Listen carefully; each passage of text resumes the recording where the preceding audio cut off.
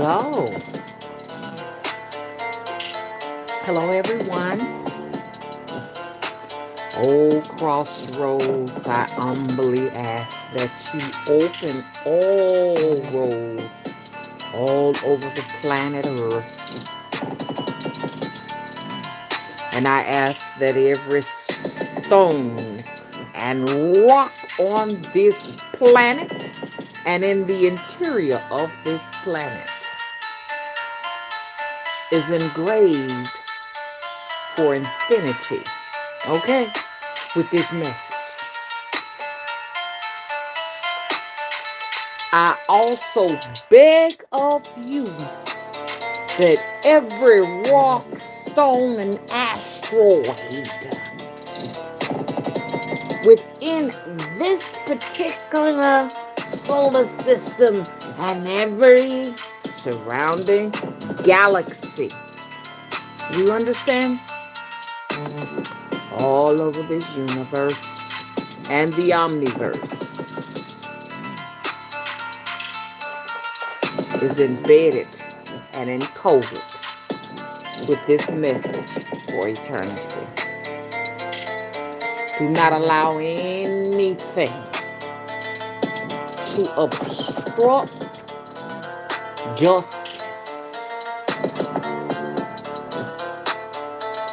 among our shape.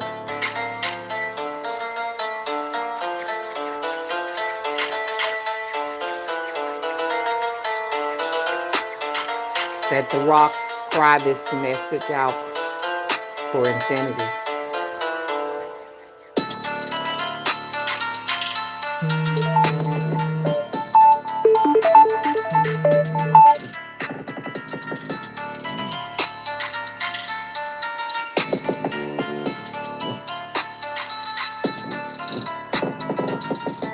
Okay, let's get started, y'all. Let's trip. It took me a total of 2 times to get this video going. For some reason, the stream kept ending. So this is why I have to come out with it. You know, even if the message is interrupted, you understand what I'm saying? It is already said and done. I was just giving everybody a little bit of time to come in. We're going to have some streaming issues. I can see it now. We got streaming issues. Could y'all please hit the thumbs up? I'm sure there are a lot of people who are coming in and their videos are getting frozen as they come. Because they know I'm getting ready to bring it. Hello? Ha-ha! I'm going to do this. Okay?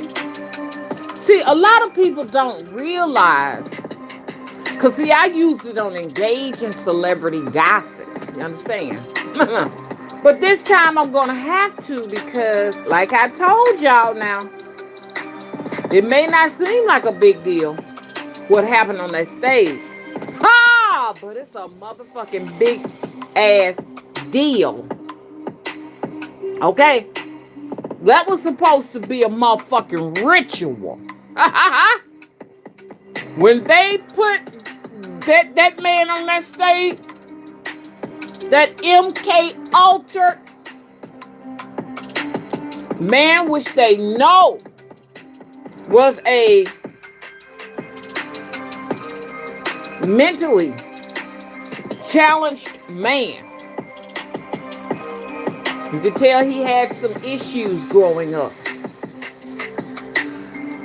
They thought they had the perfect candidate to get that ritual going. But they failed miserably at it. Come on, y'all, let's get them up. Then we'll know who all in here. They only showing like 2 people in this chat so far. We know that ain't true. But if you thumbs this video up, or if you want to thumbs it down, I'll know accurately who's showing up in here. Okay? It'll make them look like a liar. Okay? Because they ain't sending these videos out to but a handful of people. I just looked at somebody who had 186 subscribers, and they got 2,000 views. They're rounding up 2,000 views a day on video. You hear me? I got 20-some thousand subscribers. It's a good day if I can get 20 people in these chats. Censorship, shadow banning, it's for real. So I don't have to worry about that because the rocks are going to amplify what I got to say today, regardless of those censorship tactics. But look, that was a ritual, and y'all know the Oscars was a ritual. They utilized Hollywood to continue their power of white supremacy. They've been doing these rituals since there has been a Hollywood. Because TV has always been their way of programming us, the masses, as to how to make decisions and how to keep everybody in line. They're fighting with all of their might as Russia continue to destroy the laboratories that create sickness, disease, and destruction. So we got all of this going on. So they needed to just look at how the stage was created. I want y'all to go back and look at that stage. Now see where the word stage from. It was all staged. Yes, it was all staged. On that stage, look at it. You ever heard of CERN? CERN.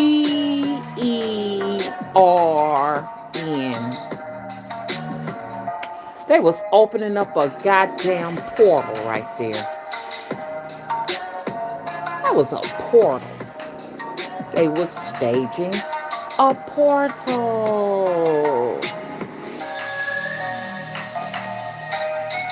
Now, I'm not shocked at Caucasian people reactions to what was staged. I'm not questioning that, okay?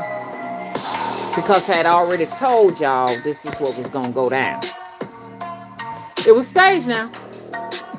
Jada was across from her man. Okay? You did not see the camera view. The camera view could not catch the two of them sitting side by side as a couple. What we saw in that moment before he did what he did. He had a very, very dark-skinned foreign woman from another country behind him. So instead of me being able to see, or you all being able to see the reaction between the couple, we only seen the reaction of the woman behind him and him. That in itself lets me know that something was up.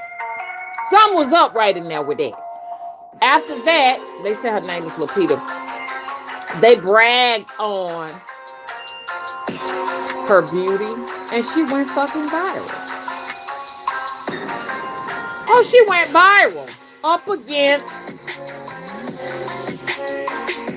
this other woman, which is his wife, Jada. Like I told y'all, they brag on the beauty of women, melanated women of other countries, but the beauty of the black woman, you understand, is insignificant to them. Okay, so that was one thing that I got a chance to see, and I was like, okay, okay, it was a setup. It was a setup. I don't think that they were ready for Will's reaction. Will went in there and interrupted the ritual. The ritual was to use a black man similar to Sotomayor and Kevin Samuels and the rest of the nigglets that follow him, as they are programmed to convince black men to not procreate with their own kind. They haven't used programs. That's the only tactics they got. They're psychological engineering. I want y'all to know now, this is what's going on.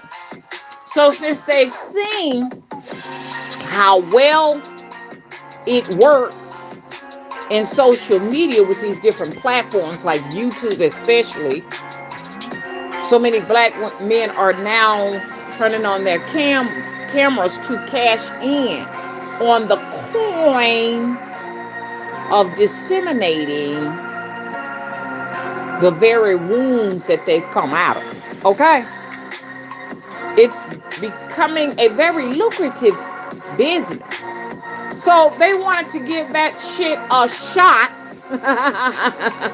on the stage.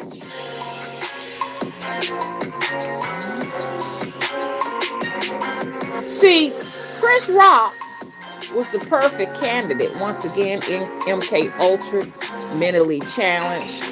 And you know that this man, is slow. We already see that. And he was the perfect buffoon to coon. So when he said what he said, it was supposed to be, like I say, a ritual to make it comfortable for all black men, all the way to Hollywood TV, to pick a woman like his mama, like his sisters, like his family members to go after. Okay, you all, now he's done the ritual. You all can come on TV. Now we can go ahead on and publicly shame the black woman. And the reason why they're doing that, because the black woman is changing before our very eyes. And I'm not talking about the women they choose, like those in the inner cities that are suffering, that are impoverished or whatever. But even they getting on it too. They're getting on their black girl magic. See, that black girl magic is some badass, okay? I'm all on TikTok. And these women, they're not talking about nothing but their candles, their crystals. They opening up their own portals, the portals to bring back the ancestors. Everybody is on the ancestors now. Okay, they know what the black woman is. She's a portal back to ancient times of ancestral practices. That's all she's talking about. It's gonna, and then they're afraid that the women are gonna throw the wigs away, the makeup, and they need you to buy the makeup. They need you to feel ugly, black woman. So all of these different cosmetic companies can continue to make money. You understand? But see, a lot of black women know that they're beautiful without all of these makeups, and they know that they got a higher calling. The calling is fuck the goddamn cosmetic companies, fuck the goddamn wig.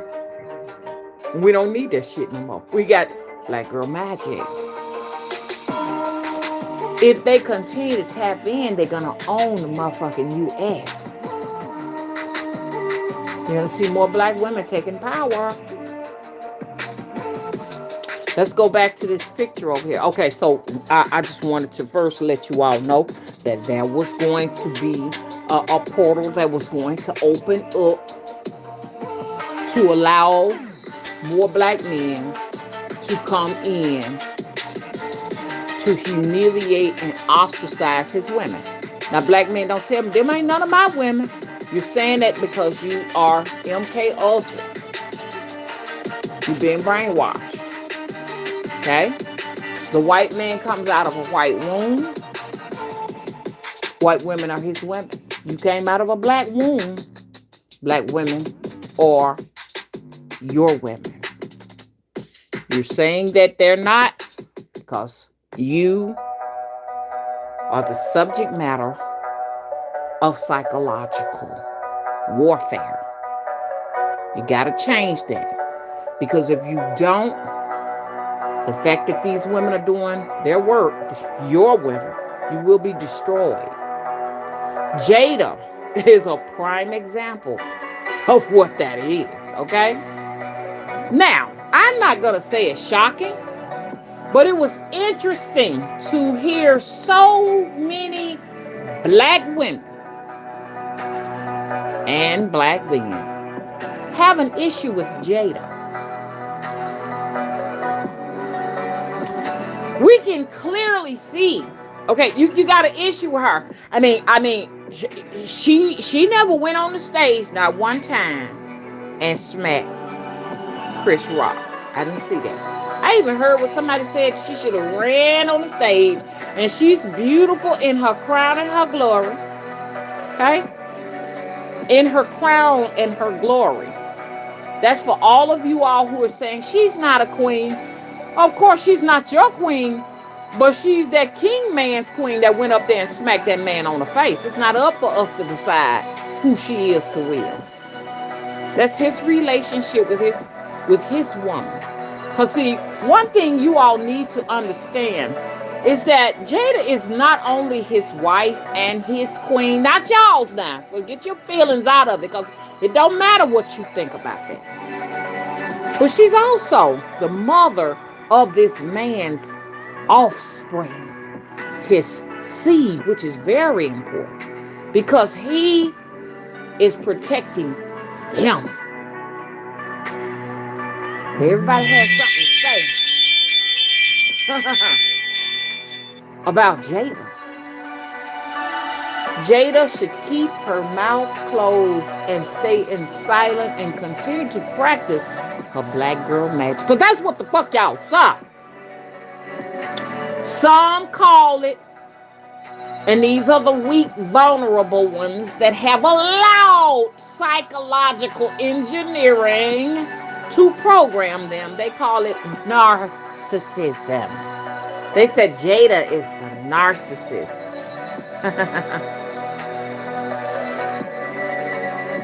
Excuse me. Why, when a black woman execute her power, it is called narcissism? But when the Queen of England execute her power, it's called fucking royalty. See, black people, y'all got to change y'all minds about how y'all see things. Okay? It was not narcissism. It was her black queen woman magic. All the plans are just destroyed. They got to do this shit over again. That stage was not supposed to be used for that. Will has gone in and fucking destroyed that portal that was going to make it okay for all black men all over the world to destroy us. But Will flipped the script. Do y'all see that? So this is why we need this, we need that, we need Will to apologize, we need Will to do that. The apology that he gave was not genuine. Because we saw TikTok later on with Will and that woman. Cause see, who is this mystery woman? Will was sitting at the table with Eve. Cause the look I saw on Will's face was not remorse. I am sorry. Because the white man wants an apology. It's almost like they act as if though they got their feelings hurt. Come on now. Will does not owe you an apology, white guys. Sorry. They really butt hurt. I was just looking at these different white men expressing their outrage for Will. Smacking Chris. Since when have a white man really cared? And I'm not talking about all white men. I know white men, y'all. Just give me a moment. Since when has a white man cared so much about a little bitty black man? I heard one. I should have got his name. I should have got the source of who he was. White man, bald head guy was just really in his feelings, talking about Will shouldn't have never struck a little bitty small being like Chris Rock. He wasn't small when he uttered that joke, though, was he? And you don't care.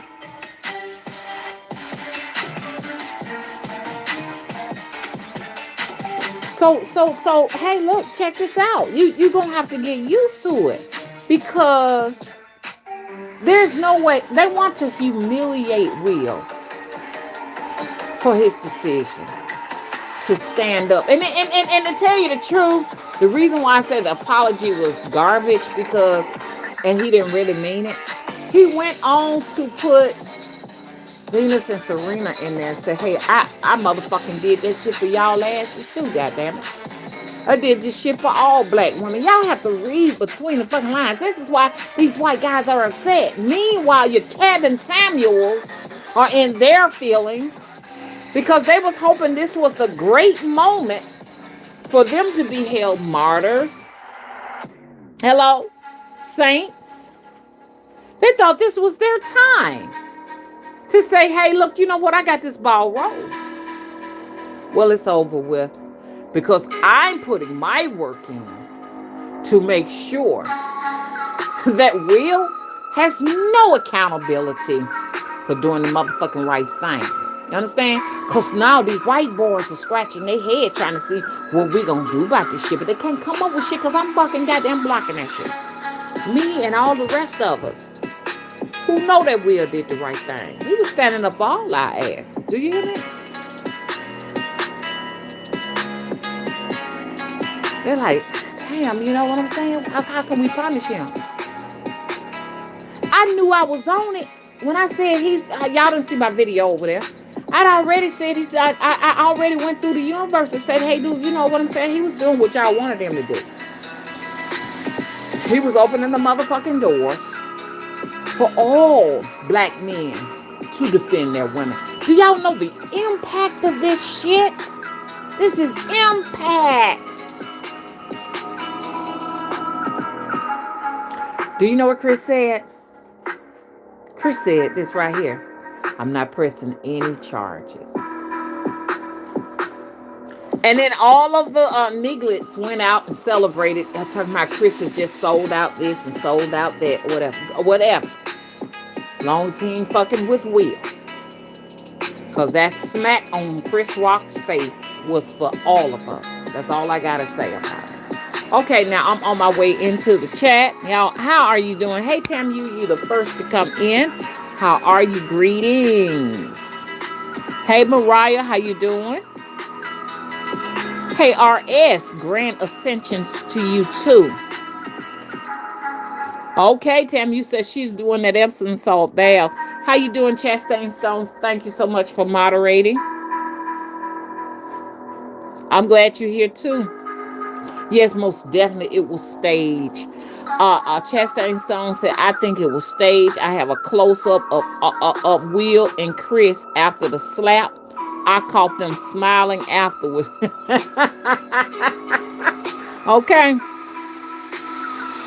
Tam, you said that was Lupita behind him, to the left of him, between him and Jada. Y'all don't find that suspicious? You don't find that suspicious? You don't find that suspicious? We're talking about a couple here separated by this woman. Who is she? What is she doing getting an Oscar here? You understand? What's she here for? You get it?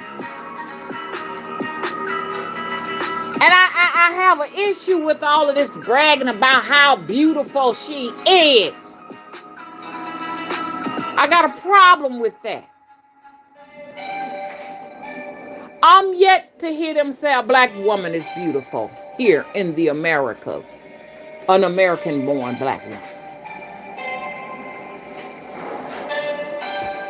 They make a big deal out of it. Oh, she's so gorgeous.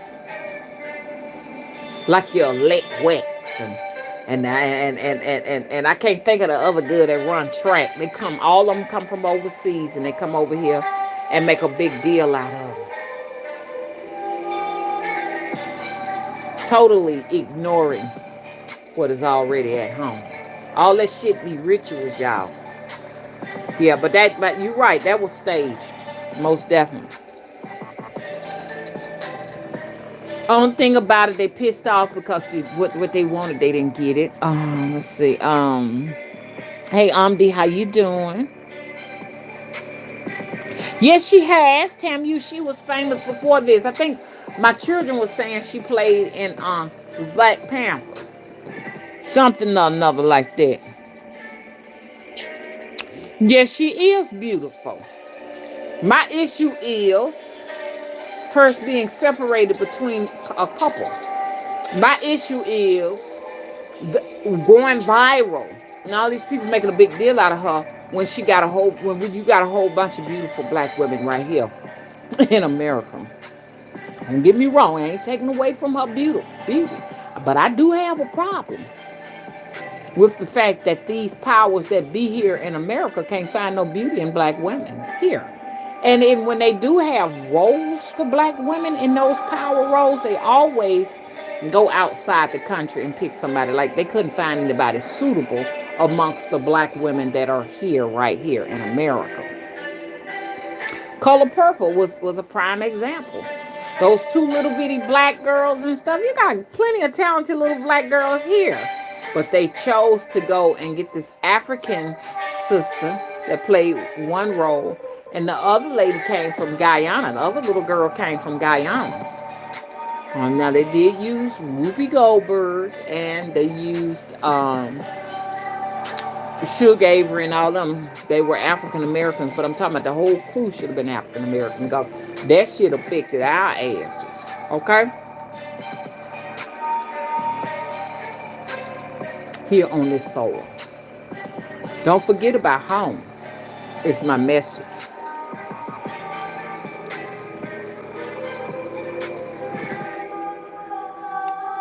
Chastain said, I remember on the red table talk, Jada said she was forced to marry Will, and she was unhappy for a long time. Hey, Cosmic Stylist, how you doing? Hey, Sean. Hey, child of my yacht.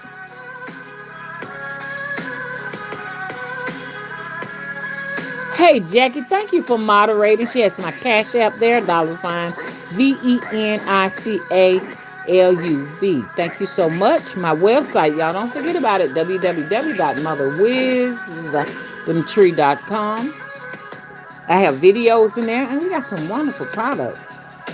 Don't forget to go there, fill out the submission form, and, I can send out notifications, but they're going into spam. Then people say when they click on it, they want them to download an app and then type in code. So they're creating all kind of obstacles.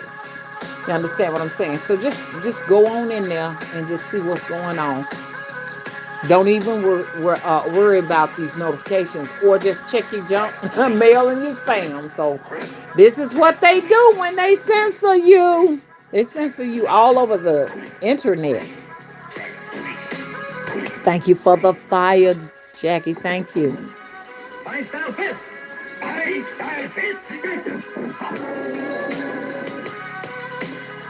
Ooh, Lolita, I said the same damn thing. Lolita said it's like they know they've affected our DNA and want to praise those blacks from other countries that are not infected with their white DNA. That's the truth. She's right, y'all. She is so telling the truth. Because basically they want to infect everything with that. Now, I'm sure that there are plenty of Caucasian men out there that they ain't trying to go out and make seed with everything that they see. But you got to realize there's some out there that wants to do that. And the black man know he is responsible for that. Oh, you know, he would go and lay down with everything. You understand? I ain't even finna go deep into that because, see, that's going to take this in a whole nother direction. And this has been the problem of men in general. And I'm not talking about every single man, okay, y'all? So don't man, I want y'all to get, offended because I'm not talking about all and everything. But I'm not talking about all. I ain't talking about it. Okay? Some people may be married to men of other races. This is not what this is about. This is about something totally different. Talking about the ones who go all overseas to spawn. You got some that will, I saw this white man say, he told me he was on his way to Nigeria. He had so many pairs of blue jeans on his arm. He said, what I do, I go back and take it to different villages and stuff like that. And do whatever he do. He say sell it. He sell the American blue jeans to the people in Africa. And then I in those little remote villages. And then I thought to myself, and you also trying to go out there and impregnate all them different women out there. This is how come, like when they have those babies like that, you know they kill them, don't you? You know they kill them. Now, y'all really don't know what's going on out there. There's some very heinous things going on. But I ain't finna talk about that. Do that now. Okay? Y'all ain't finna get me in no trouble.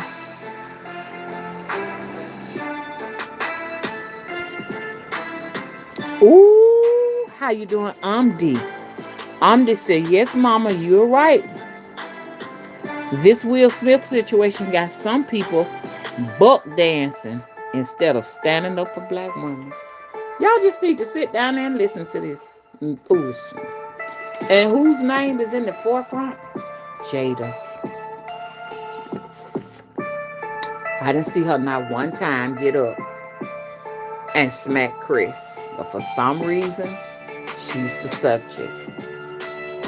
And people are wondering why she ain't talking. This ain't a good time to be talking right now. Because what they want to do is put her in an entanglement in the situation. So the best she stays silent and to herself, the better. Okay? She needs to stay quiet. She know what they doing. Very skilled woman. And then I'm like, God damn, that power's like no other. She put the Queen of England to shame. Look at that poise and that grace. And then people are saying, she ain't no queen. She done laid up with this and laid up with that. One thing about being a black woman, they damn near expect for you to be goddamn perfect. This, do you understand? This right here that you're looking at is power. Look at that. That's authority, goddammit. And you got a lot of black men that got issues with authority. Excuse me, I ain't trying to offend no black men, but we are your authority. You're supposed to do what we tell you to do. And like I said, I'm excited because I can see a lot of my work coming into fruition. I started this mission 15 years ago when I told women, and you know, we've been doing this since the beginning of time. You understand what I'm saying? Having ownership of our men. You understand? We've been doing this shit. And we're going to continue to do this shit. God damn it. Ain't no white man going to stop us from doing what we do. We own our men. Y'all own. You got these white men that want to own our I'm not talking about all white men, because there's some very respectful white men. Because y'all know y'all women own y'all. You put on the persona like they don't. But you know, at the end of the day, I don't care how many millions you got in the bank, you always got to answer to your goddamn women. Okay? And this is what Jada is executing. My mama executed it. My aunties executed it. And that's what y'all seen on that stage. And so this is what we're going to continue to do. We're going to continue to do our love spells, our binding spells on our men. Nothing can change that. Hello? And white women, you do the same. Asian women, you do the same. We finna get ready to own all of this, believe it or not.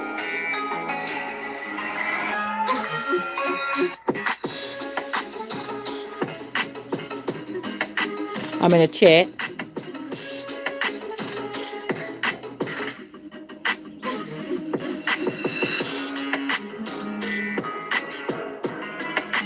Oh, Lolita said, she said, did you hear Kevin Samuels take on the Will Smith and Chris Rock incident? In short, he says that Will was simping and that women are putting batteries in men's back, making them.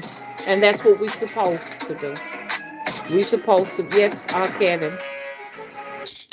We got our batteries in men's back. You want them to follow your command. That's what you want. Because we know who you are and what you want. But you want to put the batteries in the men's backs. A man is always, understand, going to allow the woman to put the batteries in his back because there's something naturally that he wants to do, and that is to procreate, okay? And spawn something you could never accomplish. Now, you gotta stay in your lane, okay? And understand the assignment, okay, Kevin? We already know what you're upset and angry about.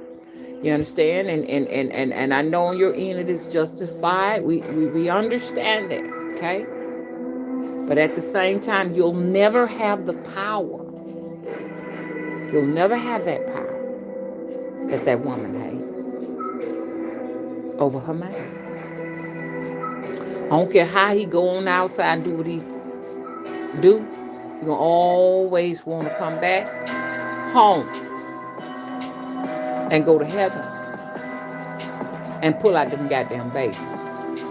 You just are not going to be able to do that. So you need to just go somewhere and get yourself ready for retirement, like I'm ready for it, and as you exploit black women and extort monetary gain, you understand, for doing what you do.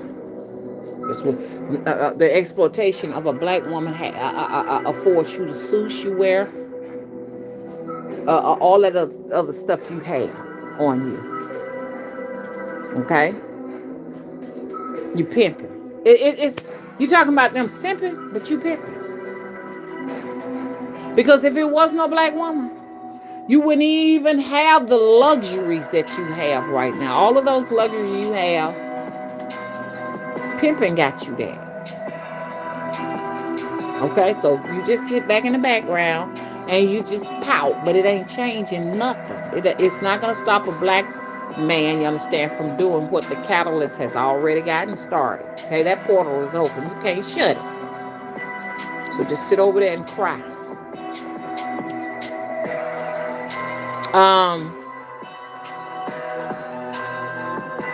Hey Mariah, did I speak to you one time already? Hey Leg, how you doing? Hey Judith. Hey Deborah. Like I said, I am so excited when I spend most of my time on TikTok. I'm so excited to see so many black women. That's all you see. With burning their candles and like I can't say that enough. And oh God, and showing what is going on in the skies with the sicknesses that they're spraying in the chemtrails as they amp it up to try to cover up the suns, the justice. I be telling y'all, I said we in the age of Aquarius. We're in the era of the ancients. Sometimes I'll switch it and mix it. Even said we're in the era of justice, okay, and judgment. Understand? This is the time for the tables to swing in the opposite direction, and black women are taking advantage of it. They're more or less interested in the ancient practices. No one cares anymore about religion and Christianity and all that stuff. Honey, they're putting that stuff aside.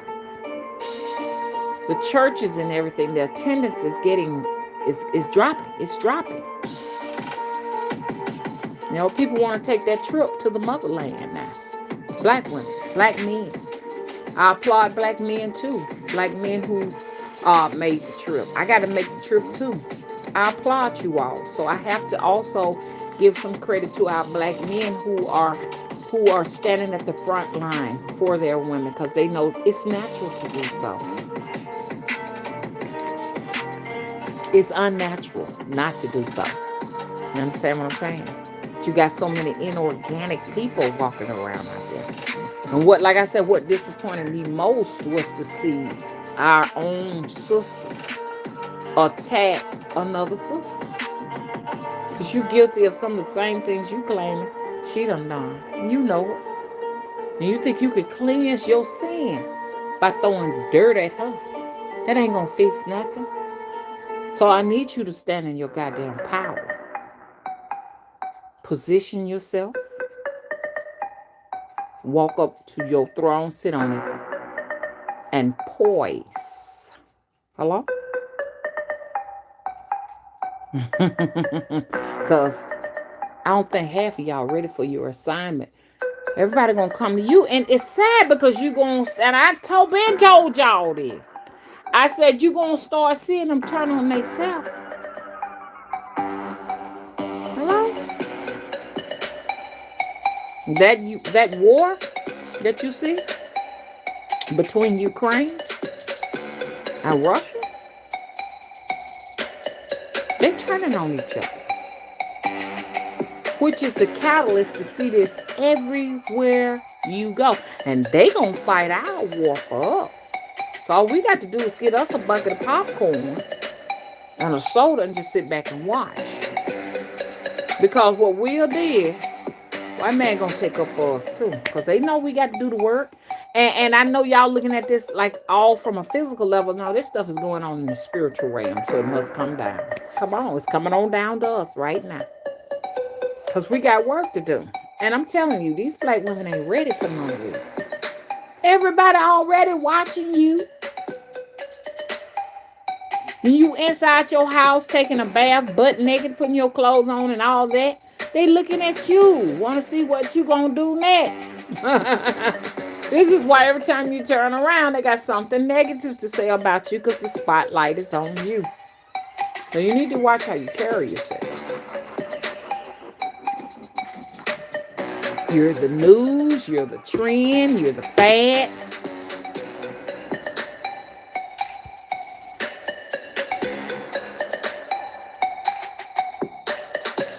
Oh, Jackie said, I see men like Kevin Samuels die by themselves in nursing homes every day. No visits from the children nor the women that they messed over. And see, this is going to be your Kevin Samuels. Kevin is not paying attention to who is going to be at his bedside if he has the privilege to become a bold man. And I, rather than say an old man, I say the bold man. But for Kevin, the old man, if you have the privilege to even get there, to see them senior years. Kevin, who's going to be at your bedside? This is why you have to honor and respect the black woman. Ain't nobody going to be there to hand you nothing. Because even if if your partner is not a woman and is somebody else, he can't do what we do. He can't nurse you back to health. Unless you plan on going back to a black woman, which is your mom. There's no way to escape us. can't escape. Hello? Hey, Sybil, how you doing? Lolita said, say it's our popcorn time. Okay? So we don't supposed to be around here lifting nothing or doing anything of the sorts. You know, they're going to do it for us. Okay? And like I already said, I already encrypted and engraved this message in every rock and every stone in existence. Hello? Anybody got any questions before I go? Anybody got any questions? Hey, Love Life, how you doing?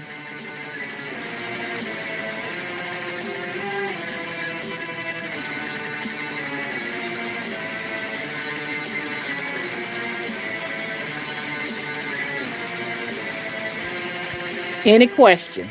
Hey, Positive Journey, how you doing?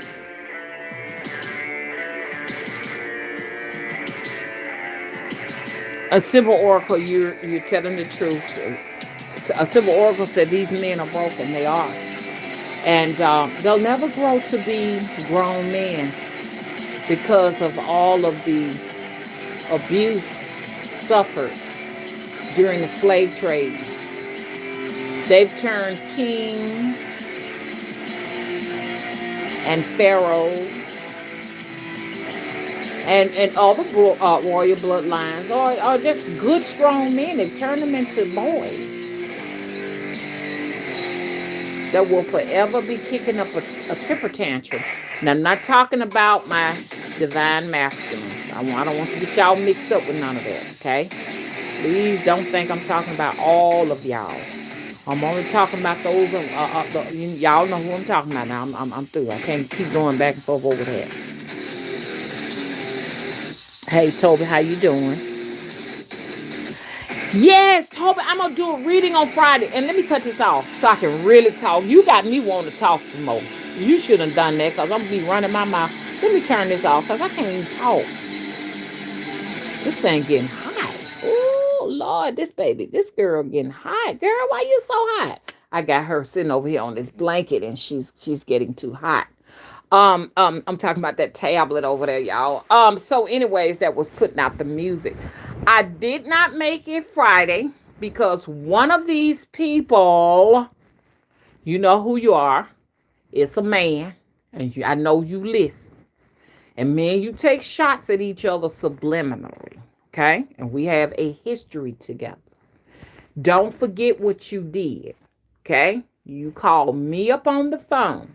And you asked me to do a reading on 3 people, and I had to bring you all the way down, okay, and let you know that I am not going to be doing nothing for you for free. Remember that? Remember that? Do you want me to? I'm not going to expose you. I'm not going to call your name or anything of that nature, okay? Because even though you get more views than I do, I don't have to take a shot at you to get more views than you, because I get more views than you. You understand? All over the globe anyways. And I ain't talking about internet wise. Hello? I'm global. I'm solar. I'm universal. You understand? I'm infinite. And I've been to this place far more time. This place, when I say this place, I'm not just talking about Earth. I'm talking about in general, talking about lifetimes itself, hello, than you have.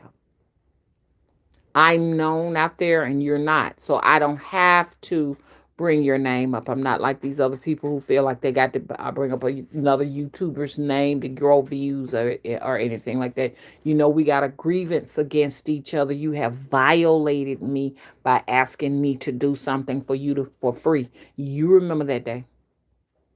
And I didn't know you from a can of paint. That was very disrespectful. And since then, you have been taking shots at me. And one of your clients even called me and demanded me to give him a reading after you had went off with all his money. I'm not associated with you. And I'm very upset with you to think that you can come in. You think you can come in and upset my boundaries and make me tend to your clientele after you have milked their bank accounts. That is very disrespectful. Now, I don't know how many spiritualists you are doing that to, but you need to know that if you cannot read your clientele, that's your problem, it's not mine. And then you had the nerves to do a video and say to me that my blessings is going to be cut off short because I'm not going to do readings for you. I dare you. I have boundaries here. And I would appreciate it if you respect them, okay? Don't be talking about how you're going to do some black magic on somebody because they refuse to do your work. You are a nothing and a nobody to me. You're nothing. Hate to be ugly about it, but you could die today. I could care less. It's like you think we're associated in some kind of a way. I don't care where the hell you come from. Anytime you make any threats at me with your black magic and your curses and all this other stuff you talking about, baby, I got a mirror up. It's coming right back at you. And I don't care who you go to, dangle baby, fix it. But anyways, the reason why I didn't go live is because the idiot, every time I go live on Fridays and I say I'll be here at 9, the idiot will go live. That's the reason why I did. So what I will do is probably randomly go a day. If it's not Friday, randomly go, because that really gets under my skin.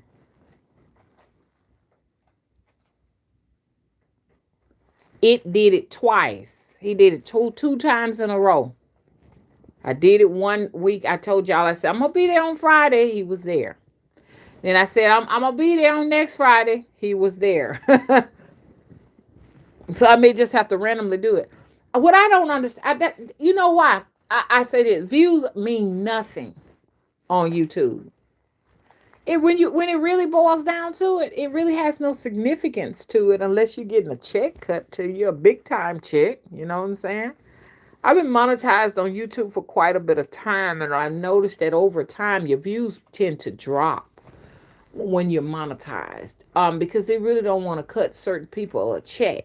And on top of that, the reason why I took the super chat down, because when you're getting super chat money, they don't never give it to you. I racked up on $300 worth of super chat one time on a video, and one particular day, I don't know who this was, they was just throwing cash out. And do y'all know I never saw that money? So basically, they're saying that's not your money, this is our money. That money needs to benefit me too. I understand that YouTube needs their portion, but what they don't understand, you understand what I'm saying? Do the right thing. They don't do the right thing. They pay who they want to pay. Some people get very nice, good checks. And the rest of us, I mean, I couldn't even get my super chat, let alone not even getting money for the commercials that come on there. You don't even get that. I don't even fuss about that no more. But could I at least have some of my super chat money? I'm being very real here. They're not going to give it to you. So I just cut it off. I said, for what? I'm doing this for what? Somebody can come through and say, I'm giving you 10 grand. Bam, they're your super chat money. Do you think YouTube's going to give me that?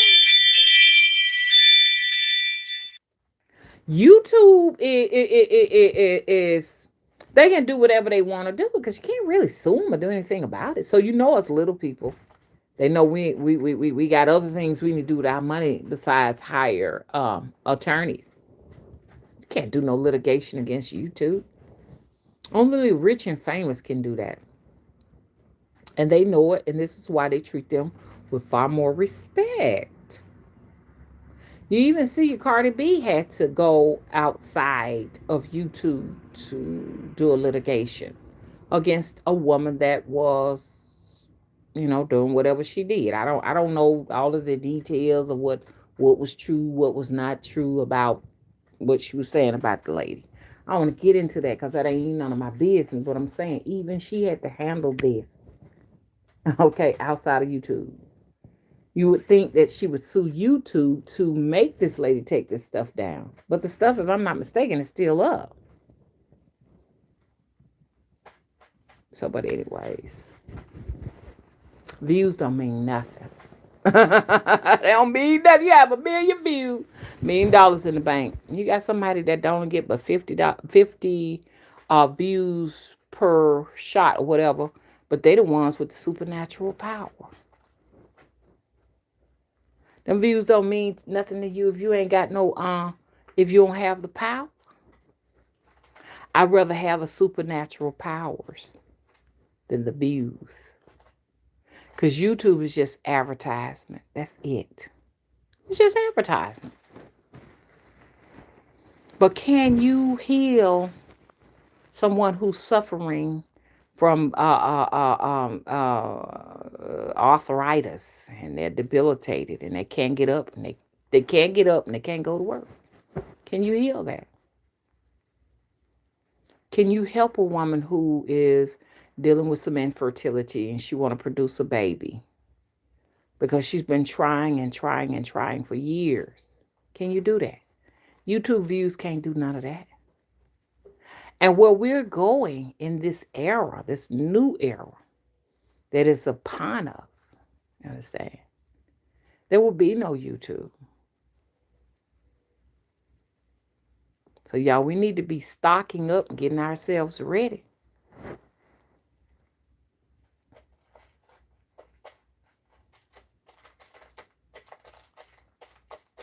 Stop worrying about, who got the most views and who don't, because it don't mean shit. It's all about who's got the skill. Can you drop a seed in the soil and make food grow? Because food shortages are coming. Even Biden has already announced it. Hello? Biden already announced it. People being thrown out of their houses. I had to wind up selling my RV, y'all, because my RV I didn't do my homework. Man had sold me an RV that had a leak in it. He just dressed it up to make it seem like nothing was wrong with it. And I wound up having to sell it for less than what I made. But I'm on the quest again to try to get one. I guess for right now. Just because you just never know. They can demand everybody to leave their damn houses. You understand? It's just so tricky what's getting ready to go down, because on one hand, there's going to be, gas shortages. On the next hand, it's going to be blackouts. So if I got an RV, but there is no gas to pull the RV with, then what? It's a lot of fine detailing and brainstorming that must be done. This is why I said don't forget about your ancestors. We're going to have to allow them to guide us. I do know that land is going to be the best investment that anyone can do. And a situation, I know we just sitting around not doing everything, still paying that note on that apartment, still paying that note on the house, and we're doing things like that because they're trying to give us the appearance that everything is okay. But I've seen some footage where they're actually retreating to underground. I saw a video where someone was saying what to do in case of a nuclear blast. So it's a lot of prepping going on here. Maybe it's just going to be a Cold War. For a long time in the 1950s, They were prepping Americans and stuff as to how to protect themselves from Russia. Maybe this is just a repeat of the Cold War. I don't know. But at any rate, we need to prepare for it as if though it's real. Because you never can prepare for disaster. That's why they call it a disaster. It wouldn't be a disaster if you could prepare for it and defeat it. So I will say this. I heard the lady, she was saying, now in my travel, they said, get you a room. And this, when I said travel, I mean that, I am an active time jumper. Okay. Meaning that when I go to sleep, my body goes into other realms of existence. I've been talking about this since 2009. Okay. This is nothing new. This is not the fad that I'm on. This is just where I am. And I was supposed to alert somebody and told them I was going live. I forgot to do it. Because they said they want the notifications and they just won't send them to them. They said they scroll down, they just don't see it, period. And they just subscribed to let you know this is what they do. What I was going to say. So, but this person was saying, keep all your windows down in the room that you have designated for the nuclear blast. And she said, duct tape all of your windows. Duct tape them. So nothing can get in. And have that room where your canned goods and everything is in. Have your radios and batteries, everything in that room. And you stay inside of that room. And I guess the doors, you would have to probably take the doors down. This is me throwing this in here. Have your 5-gallon buckets in the room in case you got the pee and toot and have your little cleansers in there, your bleach or whatever, because, you have to protect yourself from radiation and the ripple effects. You're supposed to have your potassium iodides on hand. You got to have fresh water and food items in there. And stay in there. And shit, maybe you need one of them radioactive suits or something with you. So if you do have to go outside, you can protect yourself when it's over with and you can go outside, because radiation is one of those things that cook you. It cook you from the inside out, and you can't even feel it. Okay? Now, when I was on my travel, this was 2013. This is way before the threat of all of this. I don't feel like going through what had happened. That make the videos too long. But anyways, we were told to put metal, have a room with nothing but metal, all over the walls, all over the ceilings, all over the floors. Have your room like that. Not metal, but lead. Have your lead room inside your house. This is for the people who want to do some serious prepping. Or you can have your underground little area down there. You can go and start digging now and put lead metal there too. But you're going to have some type of exhaust system so you won't suffer from carbon monoxide. Even in that room that you duct tape, because you can be deprived of oxygen.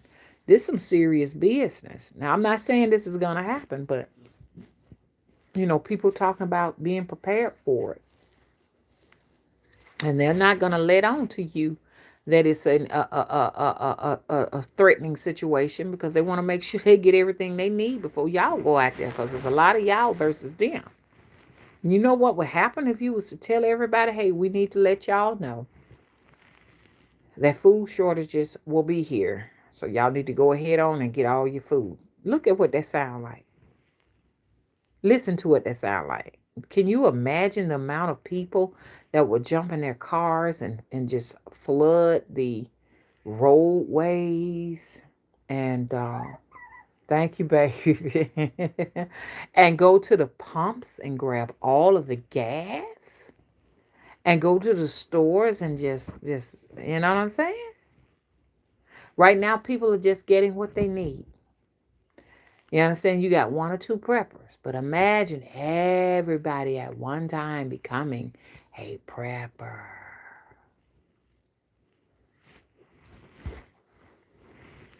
Hey, Christopher, how you doing? Christopher said, get them lanterns out. Y'all better get them lanterns out. Hope you got your oil lanterns because your oil lanterns will give you light just in case we have blackouts. Get ready for the heat. I'm telling you, man, can you imagine a blackout in the summertime, let alone the winter? You could throw a bunch of blankets on you in the wintertime and stay in the bed and stand. But can you imagine? Thank you, baby. Can you imagine the heat? A lot of people are going to die, especially with the blackouts because there's no medication. Some people depend on their own ventilators. They depend on electricity. And some people have backup generators, but what good is a backup generator with no gas? Gas shortage. Here you are on a ventilator in your house or in the hospital, and it requires gasoline fuel or solar. You understand? Even solar don't last for so long.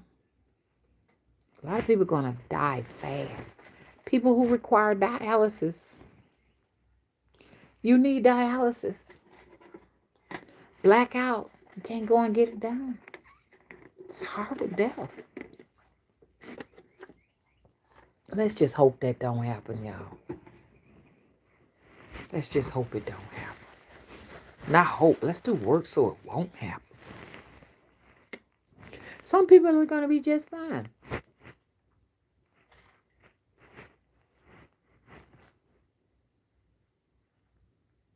Some people don't depend on none of that. So, they don't need a dialysis machine. They don't need ventilators. They don't need blood pressure pills and diabetic medicines. They don't need thyroid pills. Do you know what people who have had their thyroids removed from their neck? Do you know that they can't live but a couple of days without that thyroxine? So this is why I say only get that thyroid out is if it's cancerous or something. But just because, there's a nodule on your thyroid, you just don't go and just get that taken out. That's the computer system of your entire body. Oh, it's just a routine surgery. They're just going to take it out because sometimes, I deal with a little bit of this, a little bit of that. You're going to have to learn how to deal with that some type of a way. You're going to need that thyroid. And that's why you need that potassium iodide to preserve your thyroid if there is a nuclear accident or a nuclear blast. See, Alabama got a lot of nuclear reactors down here, y'all. And so, like I say, what convenient place to choose but Mississippi and Alabama. We got the most nuclear reactors. And we don't need that. But, okay. Shirley said Amazon sell you. How you doing, Shirley? USB fans. Uses 7 watts to 25 watts. Better than nothing. Y'all better go and grab them. And fans are going to be scarce. It's getting hard to find fans. Let me go ahead on and get me a few of them real quick. Now, y'all at least save me a few now. Don't let mama be over here without no fan. Mama got only 2 fans here. And Mr. Willie keep dropping them. He be trying to put them up on this and put them up on that. So we got one fan that has a shortage in, and the other fan is okay. But so but if it spins too slow, they don't make fans like they used to. But I do have a metal fan at the temple. Okay, y'all let me keep that one at the temple because they be like, Mama says she got a metal fan at the temple. We're gonna go over there and get that one. Leave Mama metal fan alone. One of them old fashioned ones, the ones back when they went out, you didn't just throw it away and buy another one. You went and you had a person who knew how to go in there and fix those fans to go and fix them. I got one of those too. The push comes to shove. Go and get y'all fans, everybody. Thank you for that advice, Shirley. Hi, Luxury Hippie. How you doing? Okay, Luxury Hippie says she bought a few of the USB fan. Oh, Lolita says, Mama, you speak of a lot of things that are in the book of Enoch. Y'all, we need to all get the book of Enoch, y'all. Thank you, Lolita. She said, I'm actually looking at Enoch chapter 5, talking about an unusual heating of the sun. Yes. People don't realize the book of Enoch is history. It's true. It has happened and it's happening. It's going to happen again. And having that Bible, wasn't that one of the key factors? Because I think I watched the book of Enoch with Denzel Washington in it. Or am I wrong? Y'all, because see, I don't really watch TV, y'all. But I think that somebody was telling me that it's going to be very important to have the book of the spells, which is the Bible, with you, because they're going to start printing those pretty soon. I don't know how true that is, but um, y'all, I'm telling y'all something is. I'm not going to use the word wrong, but something is different about the sun. Something is different about the sun. It is out right now. And those people who have those laboratories over there in the Ukraine, you understand, so that they can create these biological weapons, because that's what's in these different facilities. A lot of folks don't know it. Okay. They want to use those so that they can get the numbers down as much as possible while they're tucked underground. And they hope that once they come up out from under there, the majority of us will be deceased and they can have a whole new uh, civilization. But it's not going to happen the way they think. See, all of these plans that they want to happen, they're not happening right now. And I'm telling you something, that black woman is responsible for it. And they know it. And she don't even know it. She don't even know that every time she fire up a candle, she's going against the New World Order. They can't get that kicked off for nothing in the world. She's responsible for it. We hate her. Go for her. Destroy her. You see what I'm saying? Because that joke was playing. They told Chris to say that. He just said what they told him to say. I'm surprised they didn't coerce him to file some type of charges on this man.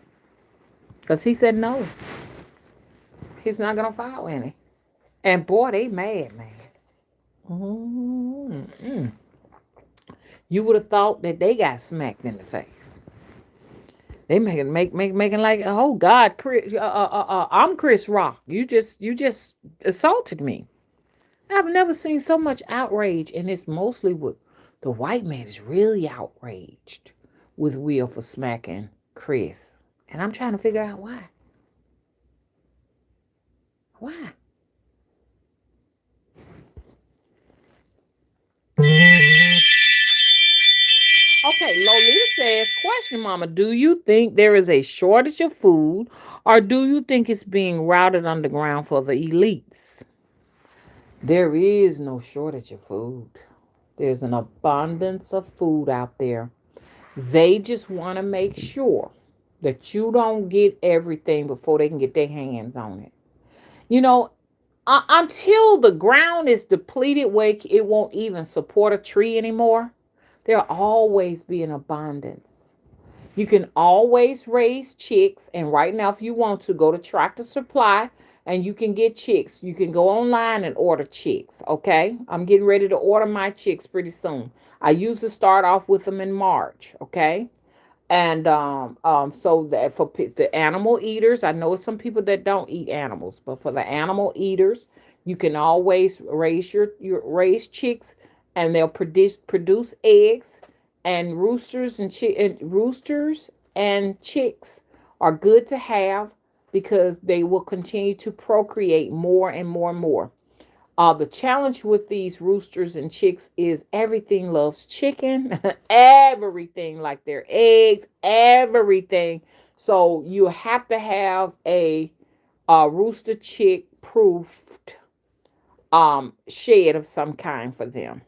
So no no predators like possums and snakes and fox and dogs and cats, and the list goes on and on. Hawks. Okay. See, I always keep my chicks inside because hawks will get your chicks too. A big enough hawk or owl can take a little puppy away or a baby, an infant. So everything is, everything, as long as we got the ground and the ground will grow something or feed something, like a chick, or if you're going to raise hogs or whatever you're going to do for meat, there'll never be a food shortage. The grocery stores may just stop getting food in or what have you, but you still got that. When it comes to blood pressure pills and medicines or whatever, it's back to the fields, back to the roots, because they control blood pressure long ago with the roots.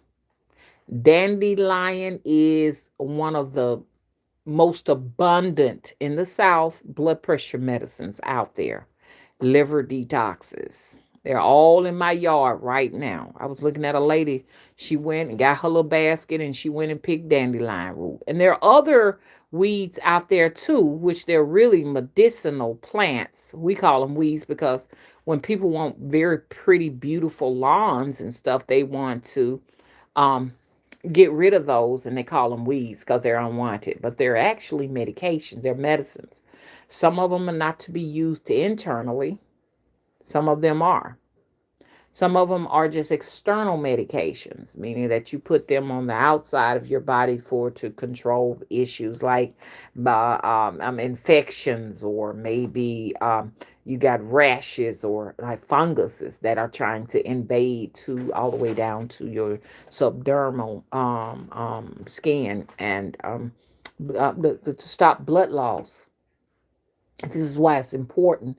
I've been on a quest for some years now, documenting the different weeds and their names and their the supporting what they support, for our well-being. You understand what I'm saying?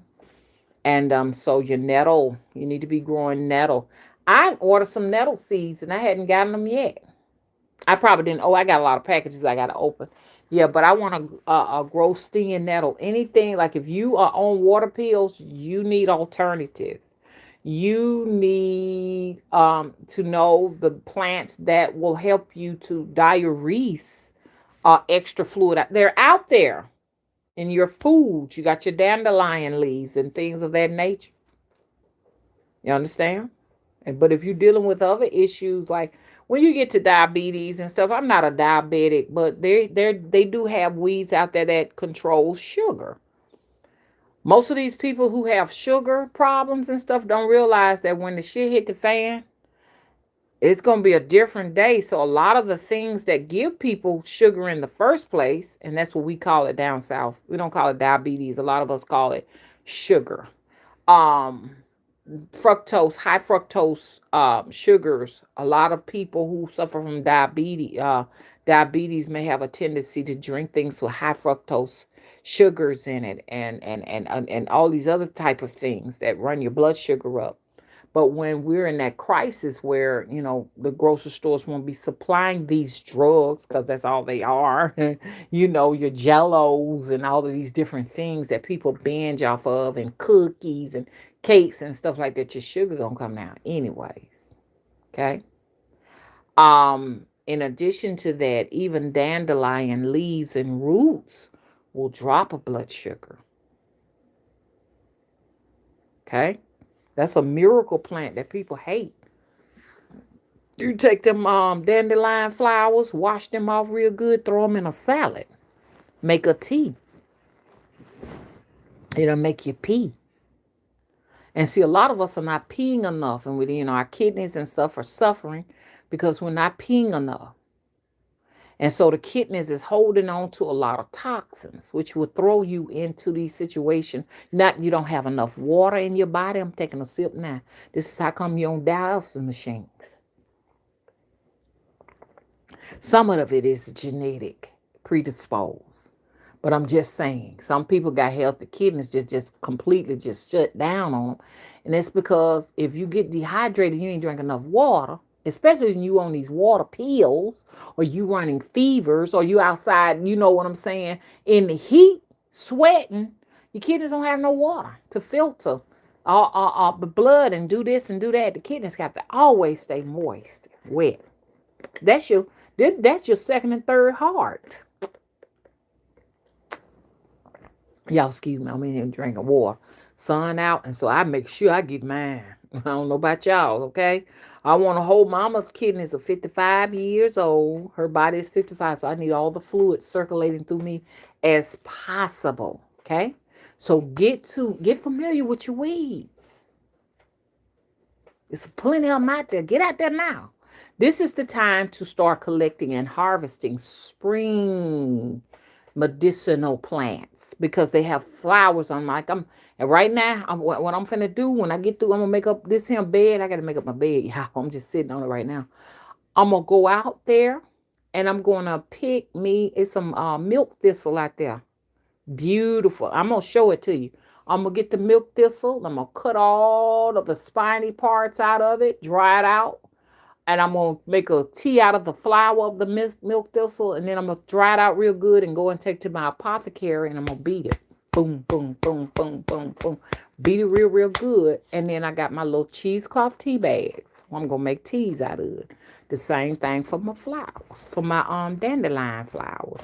Then they got them little purple flowers. I cannot think of the name. Somebody was telling me that they're good for stomach ailments or whatever. I want to have all that aboard. And I use all of my stuff. I don't know about y'all's. I don't just have them sitting there. I use it for me and I use it for my children. For my grown children. I want you to drink this tea. And mama, this going on. Drink that tea. Mama, that's going on. Drink this tea. My children are my guinea pigs. My grown children are my guinea pigs. Okay? Got a headache? Mama got some. She got willow bark. Boom, boom, boom, boom, boom. Y'all know what white willow bark is? Boom, boom, boom, boom, boom. You don't need no aspirin. Take this right here. It's a natural aspirin. Get to know it. Get to know it, y'all. And then just get into the habit of it and start growing it yourself. So when the ish hit the fan, you understand?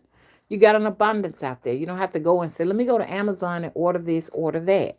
You're already growing it. Hello? Blackberries. They're going to be coming up pretty soon. I already see the flowers on them. Blackberries will bring your blood pressure down. Pokeweed. Pokeweed, a pokeweed or two per year, good for cancer. And they know it. This is why they say, if you see one of these plants, call your local poison control so they can come and remove it out of your yard. Mm-hmm. They don't want you to have that. Read between the lines. That's true. Luxury hippie, you're right. She says cinnamon helps with diabetes. Yes, it does. Because I'm living proof. And especially if you add it with some apple cider vinegar. Oh, gosh. I mean, the benefit. Apple cider vinegar also brings down. Well, I had one lady that told me a long time ago. She said, when I do apple cider vinegar, she said it makes my sugar go up. Now, for some people, it'll bring their sugar down with the cinnamon. This is why you have those detoxed in the grocery stores that will have like an apple cider vinegar concoction with cinnamon and lemon in it. And with that right there, that brings blood pressure down and sugar.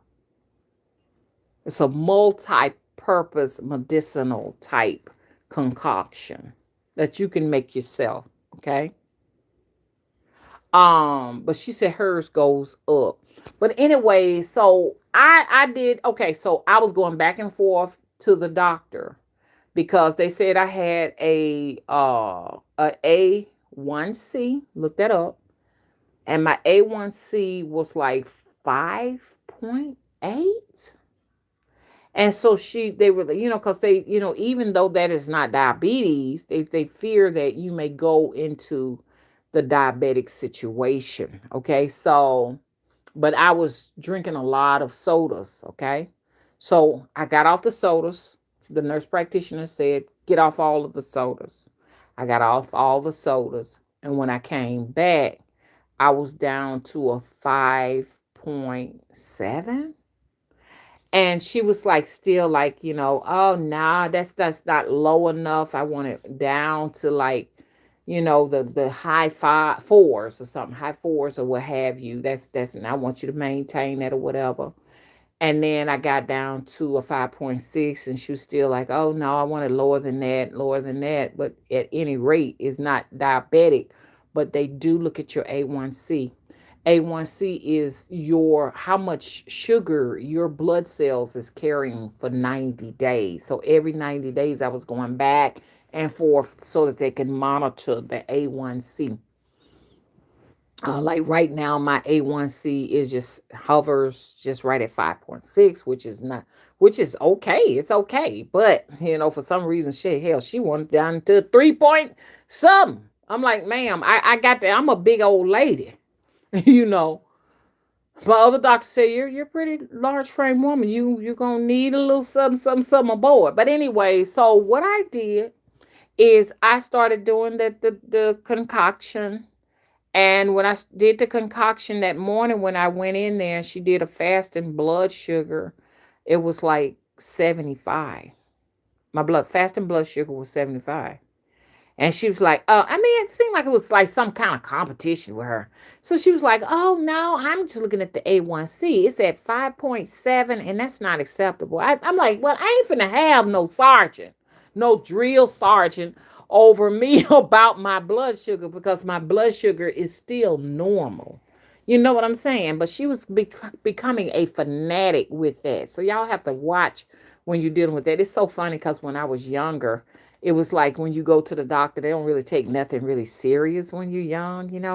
But when I crossed over 50, it's like, man, it's like they're very, very meticulous, about anything. If I go in there and I say, hey, I got this going on or that going on, honey, they be ready to put you in the hospital now at 50. When you get at 50, you hear a lot of young people saying they don't take nothing serious. They don't take anything serious when you're young.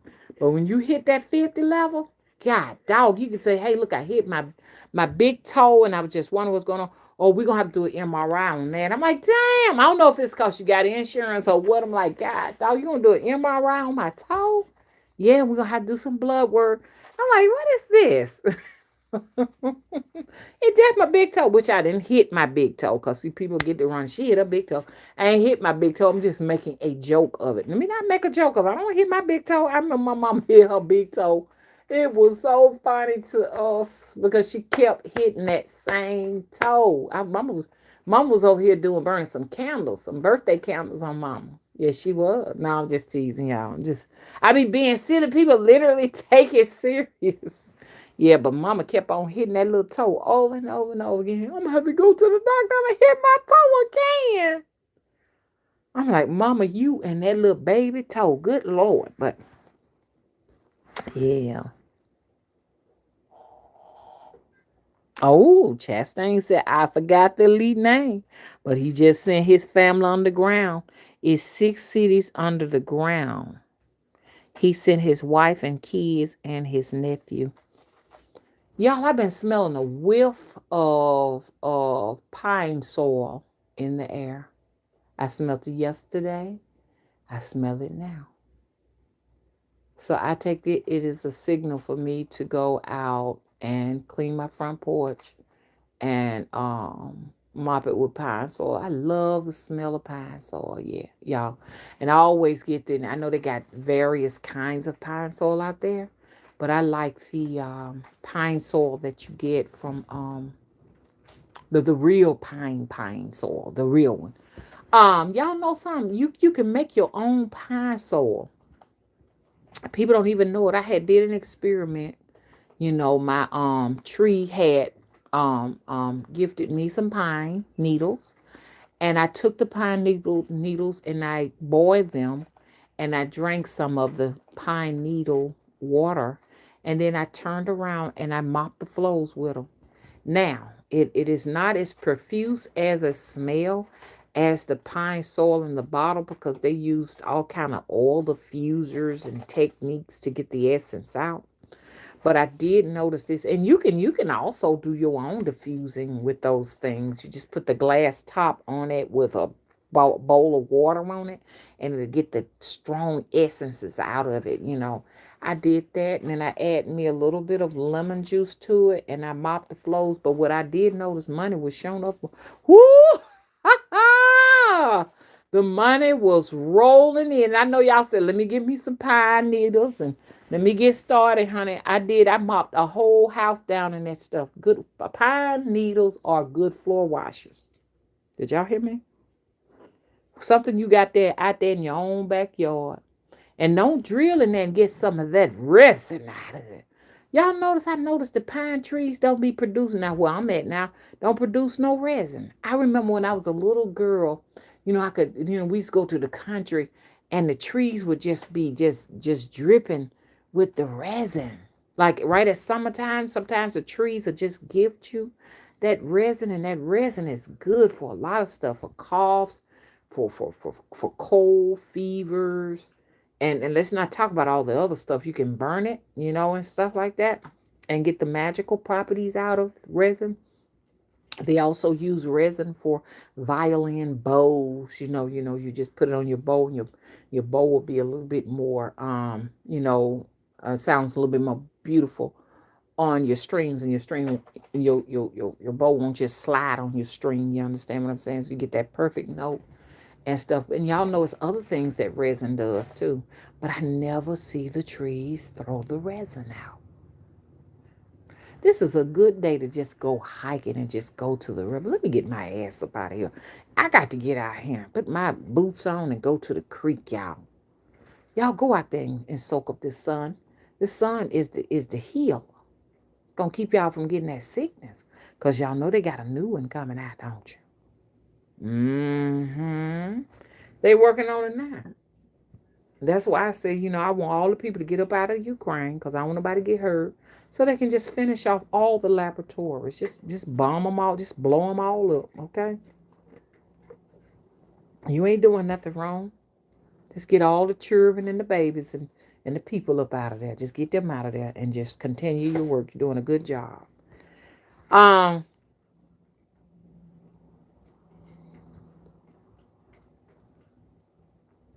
Luxury Hippie says she's surrounded by pine trees. Go out and ask for a gift. Ask that tree to gift you. Okay? Drop those needles. Let that in. If you want to use the pine needle tea is really, really good for it helps your immune system. It strengthens your immune system. So get you some pine needle tea, because it's high in vitamin C. It's what we gave the white man when he came over here. We gave him all some pine needle tea here as Native Americans to drink. You understand, when they was dealing with their scurvy. They had scurvy and didn't know what was going on because they was eating nothing but meat on the ship, eating each other. You understand? That's what cannibalism came from. They was on these ships with long voyages, and they ate the children. Yes, they did. And some of them ate. I can't get into all of that. But when it came over here, scurvy is something that's where I say it's old bug that eats up at the mucosa in your mouth and all in the lining of your stomach and rectum and everything. But they say it's because of a vitamin deficiency as C. You understand? But we made them some pine needle tea, and then they learned all of that. You understand? From us. Okay? So you can still you're going to get higher, more organic vitamin C from them pine needles than you would the vitamin C that you're going in the stores to get, because the vitamin C in the stores is tricking your body into thinking that it has all the elements it needs of vitamin C. Okay? But that's natural, even with your dandelion flowers. You understand? All of that is high in C, okay? Hey, Cece, how you doing? Mariah says she don't trust them doctors because a lot of folks go in and they don't come out. Mm-hmm. Use them only in dire circumstances. Do you hear me?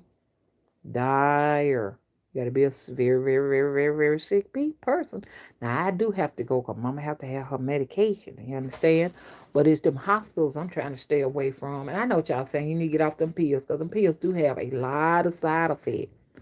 Just like Sebi said, let thy food be thy medicine.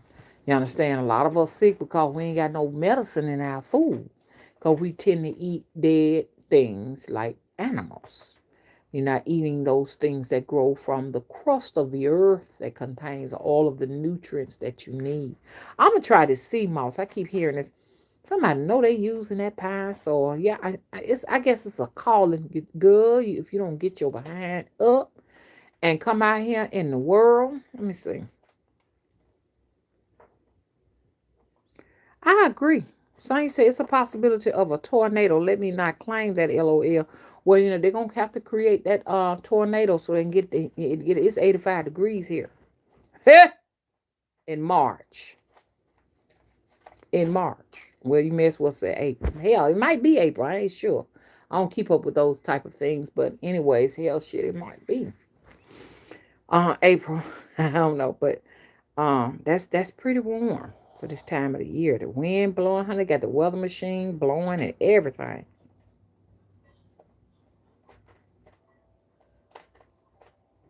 Mariah said, be careful of the doctors. It's based off of the Caucasian. Our levels are different. Mm-hmm. Yep, CC, they in the lab right now cooking it up. They getting the next so-called, you know what up. I can't talk about it. Cause they will strike, give you a strike, but they're getting the sickness ready. And when they get the sickness ready, you're gonna be breathing it up out the sky. And some people will get theirs the other way, the other way you get it. So it can spread. And I say this right here, I never will forget that lady said, she said, don't go nowhere. I'm just gonna be honest with y'all. I caught the sickness back in it was January. Everybody had the sickness. Everybody. Now there were some people that were fortunate. Some people didn't get the sickness. You know what I'm saying? My daughter didn't get the sickness. My oldest daughter didn't get the sickness. Everybody in the house had it. Even my grandbaby got the sickness. They all had it. You understand what I'm saying? But she didn't get it. Some people are just immune to it. But they getting ready to get that sickness together again, y'all. They finna get a nut now. And your old boy Gates said, he said, this one here gonna be worse than any of them you've ever had.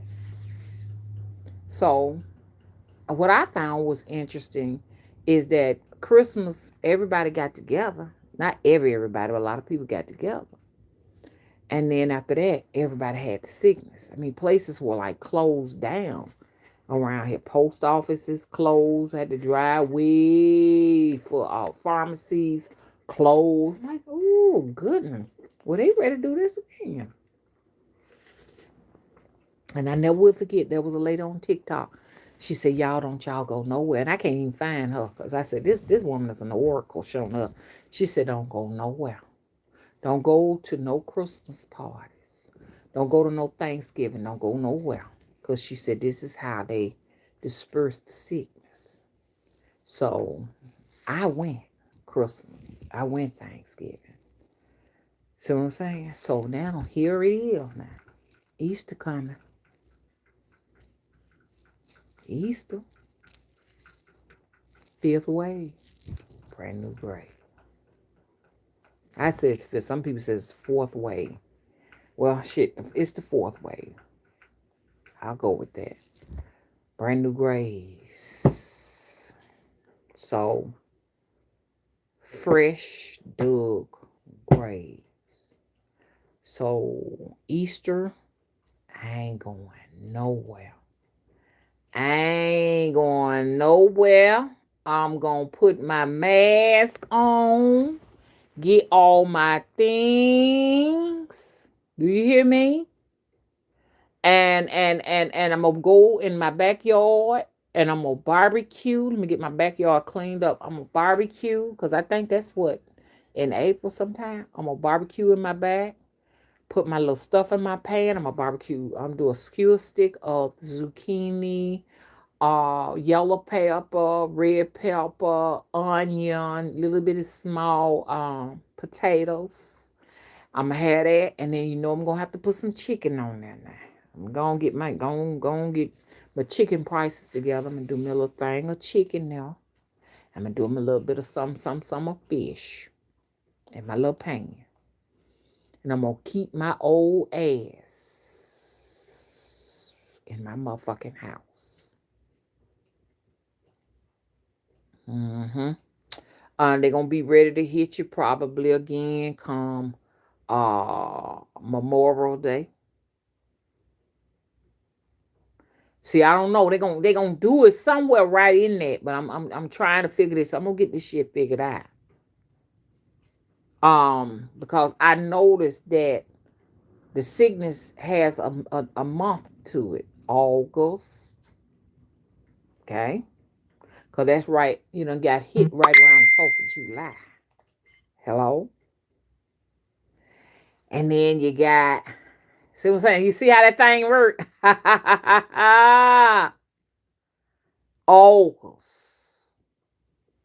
And then sometime you hit your ass right around December and January. And somewhere in between, sometime they get you. But my black ass ain't going nowhere. So beware of Easter gatherings, memorial gatherings. Because your mask ain't doing you no good. Because if the person got the sickness and they done touched the food, you got to irradiate it. So you got your August, you got your no. Let me get it right. So listen to me good. You got to beware of Easter. You got to beware of, and if this video gets snatched down, it's only because it's the truth. Beware of Easter. Beware of Memorial Day. Beware of the 4th of July. Beware of Labor Day. Okay? Because somewhere in the midst, something going to happen.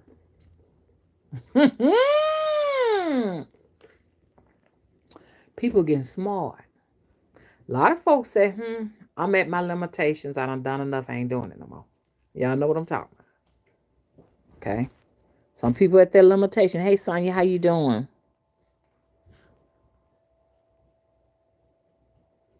Welcome. Yeah, Mariah says sometimes you're better off with the sickness than the other thing. Okay? Because you need to develop an immunity. But that stuff that's some vile stuff. I see where people they're confined to hospitals. They can't breathe without ventilators and different things. And I really can't talk about this stuff. They don't want you saying nothing about it because they know they're guilty. You can't even freely discuss it. You can't even warn nobody. You can just do a warning. Next thing you know, you don't even have a YouTube channel no more. It's just that deep.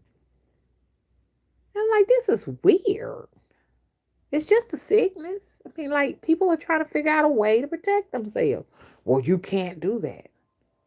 Just to say, hey, don't go anywhere. Y'all just stay at home. It just seemed like that should be good advice. You should be hailed a heroine, a superhero. You're a superhero. You told everybody to put on their protection and stay at home. No, you don't even have a YouTube channel no more. Because they want you to go out there. They want you to. I mean, when I say this, I'm saying have your protection, have your goddamn hazmat suit on just to go to the grocery store. For real, for real, for real. Because the sickness is in the skies. In the skies. In disguise. In disguise. In the skies. In these skies. In disguise. You get my drill? Now we ain't gonna stir it.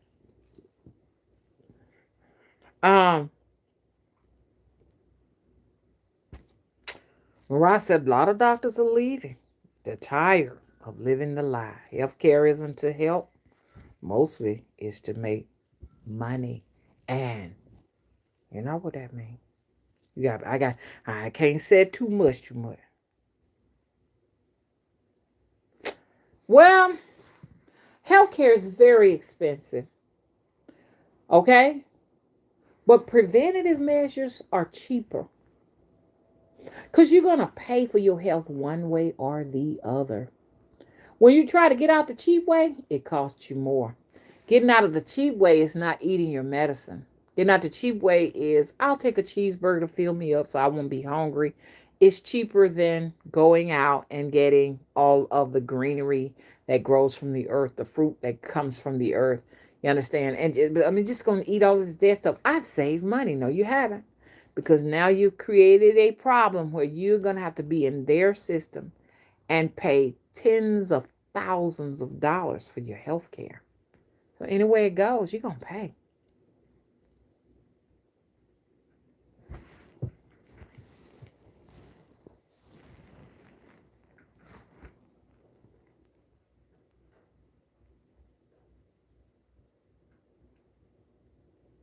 Okay. CC says, I know people who have died, who have survived the sickness, but then at the same time, too, something in their body underlying showed up. You understand? That's what talking about.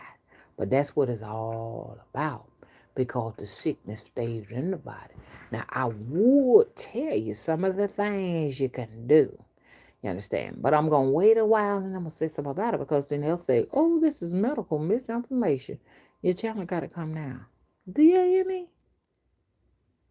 Do you hear me? So I'm going to talk a little bit and then towards the end I'll talk about what I need to say. I have seen people, okay. So,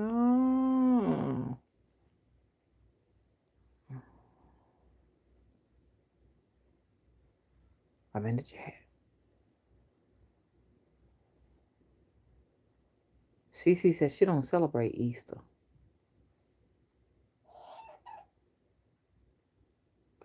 Yamaya, how you doing? Says me and my grandson had it in January. I still have a cough.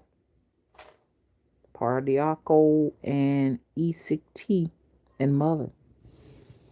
That cough don't ever go. It don't seem like it goes away. I wish it was a good day. I'll tell y'all really what is really going on. But you can't talk about it. It's like, and which is weird. You can't even discuss it. It's strange. Isn't it strange? Y'all don't find that suspicious? You don't find that suspicious? You don't find that suspicious? That you can't even talk about your symptoms. I've seen people TikToks come down because they talked about the symptoms. They talked about what they did to go in a medical facility to get the UJAB. And they fell ill. And they was just talking about what they went through. And still their things came down. I'm like, wow, you can't even talk about your symptoms. You can't do that. But everybody got it in their system now. Everyone has it in their system. And you just really don't know what's going to happen as your body, continues to have to deal with that is still in there, that lies dormant. Y'all want to tell y'all something. I've been hearing blast. Now, my son said, Mama, those are transformers, but I don't believe that. I just heard another blast. I heard a blast yesterday. I heard a blast today. Sound like somebody just dropped a bomb. Something ain't right. Something going on. Yeah, but the sickness overwhelms your immune system. It overwhelms you. Your immune system is dealing with so much the day to day, trying to just keep out everyday, ordinary invasions. And in addition to that, it's dealing with whatever else it got going on with the fact that the sickness continues to be there in the body, you know? So, it's a situation where you're going to have to make sure food is thy medicine. You're going to have to get everything you can. Matter of fact, I have more confidence in the dandelion leaves and flowers and the milk thistles, because I get mine from the ground and I make peel forms. I powder them, I put them down. But then if y'all gonna do milk thistle, make sure you cut them tips off of it, okay? You don't want to swallow that. But if I have more confidence in what grows from the ground here around me than I do what's in the grocery stores because it hasn't been genetically altered. Okay? But your immune system need everything. We need like now I'm just sitting here. I'm supposed to be out here.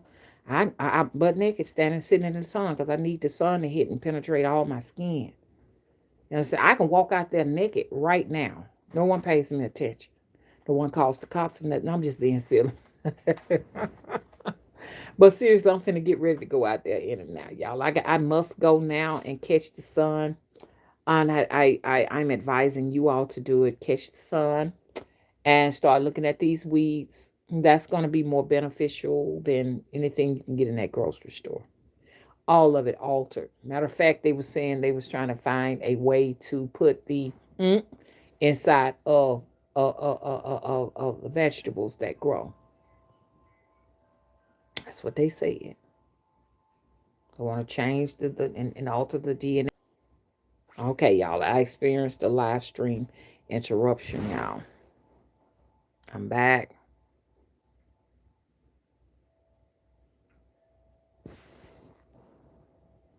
Oh, Cece said yes, dandelion tea.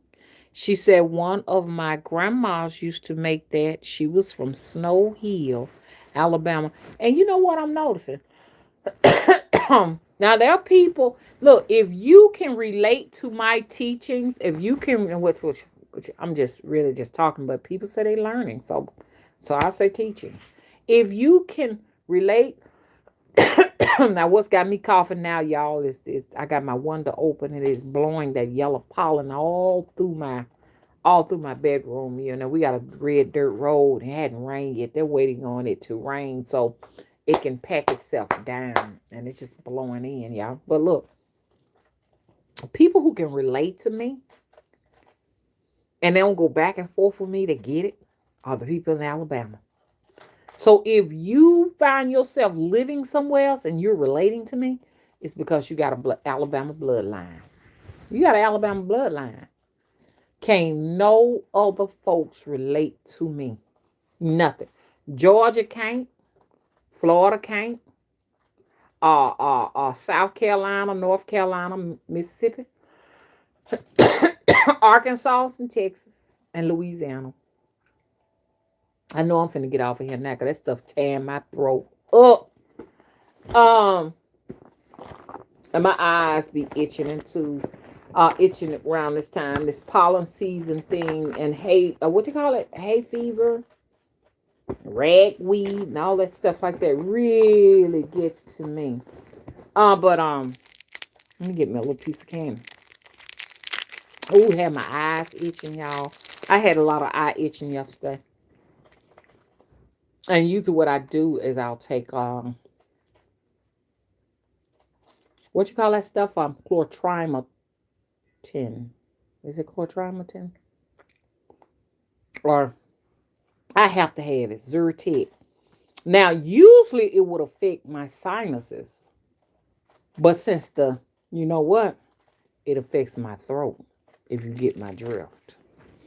Because they want to make that cough a part of your life. So you can cough particles everywhere and just continue having it just replicating and replicate. It's going to be very serious, y'all, that we go nowhere during the holidays. Don't go to nobody's house. I'm telling y'all. Don't eat nobody's cooking. Don't go to nobody's house. I don't care how good the macaroni and cheese look. Don't eat it. Hello? We're going to damn near have to be hermits until this goddamn thing is over with. Till they decide that they through. Okay? Now I forgot what I was even talking about. Can y'all please tell me what I was talking about? Remind me. Remind me, please. Y'all, can y'all get these thumbs up so I can see how many people come up in here? We had 46. Can we get them up? Oh, Cece said her grandpa is from African Town, close to Mobile, Alabama. You know the history of Africa Town down there in Mobile. This is where they claim that there was a ship called Cotilda. As a prank, they got a ship and went over there and got these black people from Africa and brought them over here.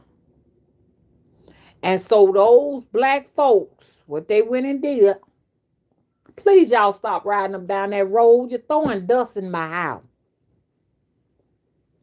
Those black people were the product of the kidnapping, they say, down there in Africa Town, Mobile, Alabama. And I need to go down there to Mobile because I always go during the springtime and go down to that Alabama, to that ocean down there. That, oh, you know, the ocean down there. What they call that? The ocean. My daughters be laughing at me. Mama, stop that. But I say the ocean. I got to go to the ocean, I got to go to the ocean. And I said, I said that because shit, that's the way your grandmama talk. Your grandma talk like that. When she really wanted, she always talk about, because grandma, their grandmother, which is my adoptive mother, I'm on to another subject, y'all.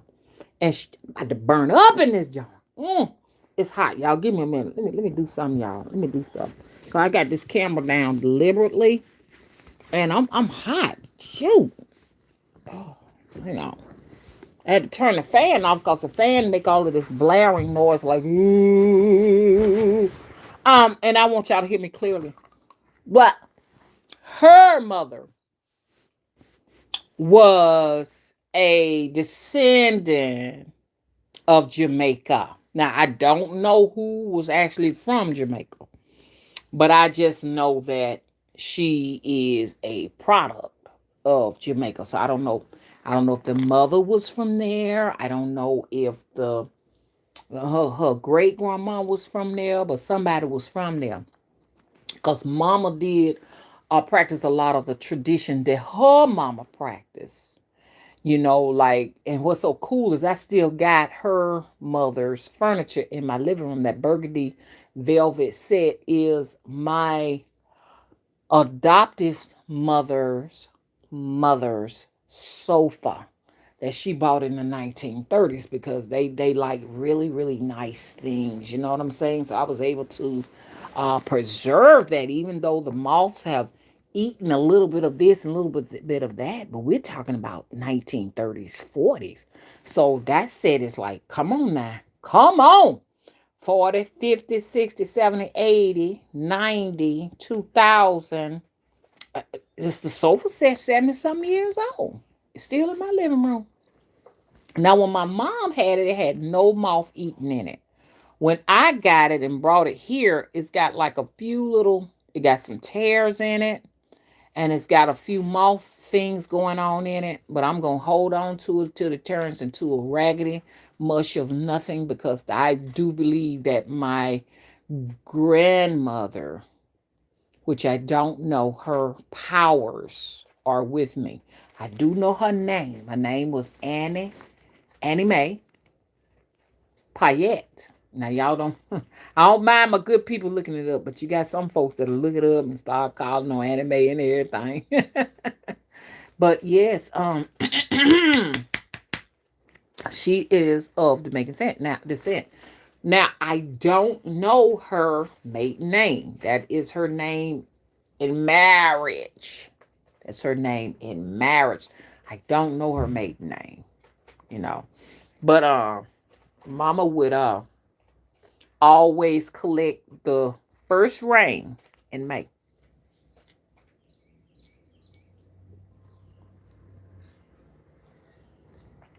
She would put,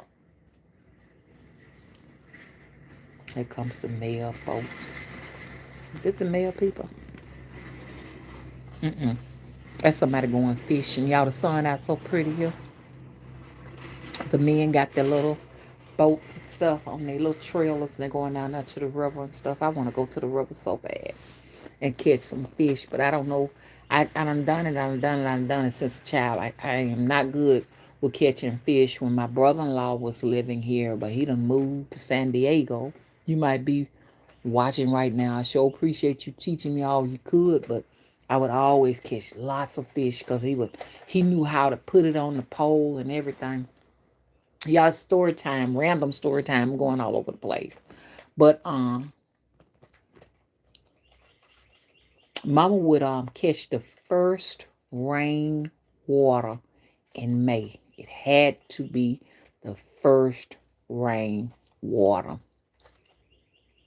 When she caught the first May water, see, 'cause I got to kind of remember, cause see, I can put me a whole bunch of 5-gallon buckets out there and catch it.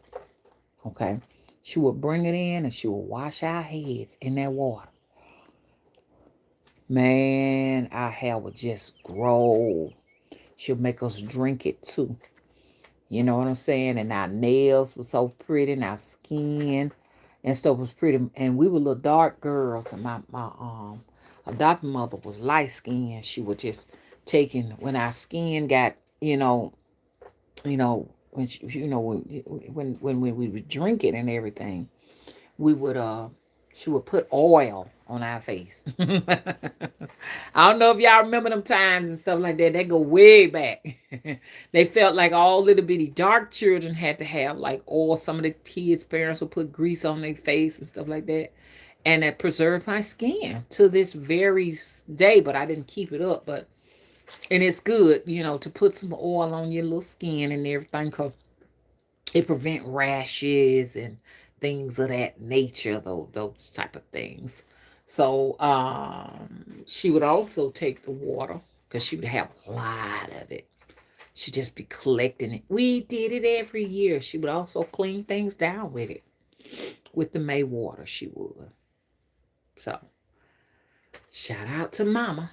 And she would make us ghetto snow cones and stuff and everything, out of snow. She would get those and crunch them up into balls and sprinkle sugar on them and put vanilla extract on it and pet milk on it and stuff like that. And we put it in a cup and we would eat it. And that stuff back then, it might not have been good, I don't know, whatever, but it was like, it was a ritual type of thing she did for us, you know what I'm saying? So, Mama would also, Mama did so many things, y'all. She put camphor, we would clean the closet, we'll put camphor in the closets, and she had trunks. She said it was bad luck to leave your spring clothes. I mean, how she had it. It was bad luck to leave winter clothes out in the spring and summer, and vice versa. So we would have to pack all of our summer clothes up, right at fall and put them in trunks with mothballs. And then when summer came, we would take them out. We'd wash them. Spring and summer, we'll wash them. And we will wear them again. And we will pack the fall and winter clothes in there. I think I'm saying that right or whatever.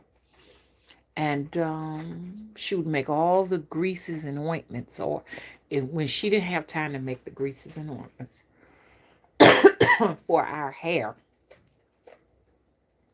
she would go to Miss Madam Butterfly, and she would buy the greases on. Back then, they the hoodoo practices. Back in those days, they were like necessary, and very necessary. Whatever one woman wasn't doing, the other woman was doing. This one over here, you know what I'm saying, had honey, and this one over here, honey, and all kind of little cough syrups and stuff made from honey and moonshine whiskey and all of that. We just did a whole bunch of home remedies. And when Mama couldn't do it, that's the only time she would take us to the doctor. If she couldn't do it, we went to the doctor. Well, now we went for our checkups. You know what I'm saying? Don't get me wrong. We went for annual checkups as little children. Our doctor was Dr. Moore. He was a white doctor, very kind and sweet to us. And he had a nurse with him, and she was a black lady. I don't remember her name, you know. And we would go to him, you know. Now, I was dealing with the sickle cell anemia trait thing, so I would be always at Dr. Moore's office, in and out of the hospital and everything. And but my mom never said anything about it. She said, "Oh, you fine. You never had any problems, honey. Found out I have sickle cell trait. I found that out on my own as an adult, but she was always treating me. And when she couldn't treat me, that's the only time she would take me to Dr. Moore's office. Okay? But Mama was able to do that. I would tell y'all one of my healing remedies that Mama gave me that I hate to the day, but I always take it. Because I hear, Mama, you know what you need to do? I can't tell nobody what that is. That's like selling my soul. Because, I got a lot of folks that listen, that don't like me. They want my remedies. I ain't telling none of that. But Mama would always talk about that bay rum. Bay rum, I put that bay rum on them. Bay rum this, bay rum that. And so I always give me some bay rum. I'm like, well, I don't know what that. Not for my sickness, but I just keep bay rum around for Mama. You understand? When I need Mama, I would have that aboard for her. And I ain't finna go into detail what I do with it or whatever, because I'm not just talking to good folks around here. Y'all need to know that. I'm talking to a lot of enemies too. A lot of peoples that wants to see me suffer. They are hoping that some bad things happen to me because they want the worst for you. And it's all because they're jealous of these supernatural gifts that were handed down to me. Hello? Not only from my ancestors. They get it first, but from my adopted mother and her mother and that generation, and that goes on and on and on and on and on from there. But I still got to give it to my biological family because Auntie was badass too. Okay, Auntie Bad got badass magic. Okay, she taught me a lot of what I know, but I know what I know from Mama by observation. My adopted mother by observation, but the bay rum thing, she said, always keep plenty of bay rum. I heard her telling somebody on the phone. She didn't teach us her stuff. We just learned whatever we know by seeing what she did. I don't know what kind of powers this lady had, but she had something going on for her. You had the flu or whatever, she'd get you well in a snap. Make something up, take this, take that, you well. Um, they don't tell you this. And I got to speak in code. Get you some moonshine whiskey. It's coming. Get you some moonshine whiskey. That stuff can't stand moonshine. And I got a little bit of that right there. Because, see, when I dealt with it, I was over it so fast in a snap because I had the moonshine. I gave everybody a dose of moonshine. And it was just like, just boom. We didn't have no problem with it. And I don't want to never have no problem with it. We just tested positive. We used to over here testing positive over here with just like minor coughs, few body aches, and that's it. Didn't require no hospital intervention or nothing. Some people actually have passed, but that moonshine. Mm-hmm. Ain't and the one over there at the state store, that moonshine don't do what the moonshine do when you get it from the boys. I'm finna buy me a distillery for medicinal things. Go and get them distilleries. Oh, I hit a halt. Beautiful voice, beautiful. Y'all, come on, let's get these thumbs up. The Amazon is selling the distilleries, y'all.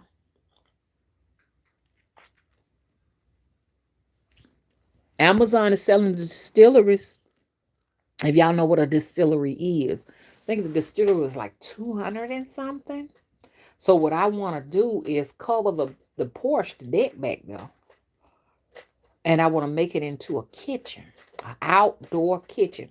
So I can put my distillery out there unless somebody said, Mama, you supposed to put them things outside because they can blow up. I don't know much about it.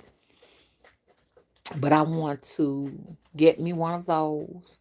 I want to put my fish and chicken fry out there and my little propane oven and propane grill out there. Put me a little flat screen, small little TV or something yonder out there. And put me some chairs out there. And that's going to be my little retreat area where I'm going to be doing what I got to do. And then I want to do it for the temple too, so that when I'm out there getting all of my herbs together, I can be outside getting it, doing my thing. Because we're going to have a more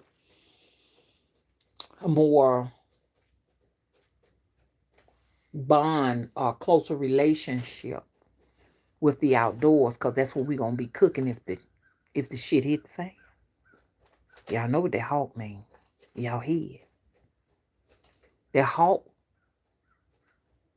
is warning us that they're stirring in cold temperatures in this heat to cool it off, which will produce storms. They're coming. That's what the hawk represents.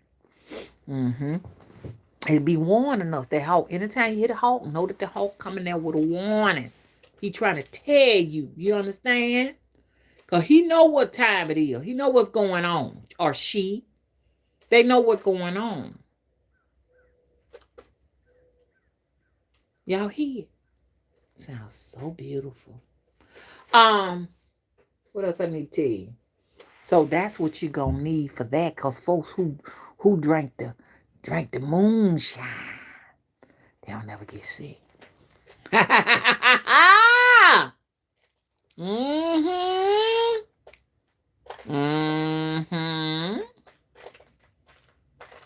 So that's all I got to say. I ain't going no deeper than that. I ain't going no deeper. I did that there while I'm here now. Moonshine. That's why I'm here to today. Could have been dead and gone. A lot of folks could have been dead and gone. But to shine, you understand? That's what that was. You know, but now some people just got naturally good immune systems and all of that. You know what I'm saying? But I'm just saying, you understand? And what that does is it kills biofilms. It dissolves the biofilms. And look at biofilm. I can't talk too deep on this mess. You just can't. They don't want you talking. Hey, the video may just come down because I said moonshine. I don't know. Because I said sick. I don't know what's gonna happen. I'm gonna leave it up here. Hey, Just Right, how you doing?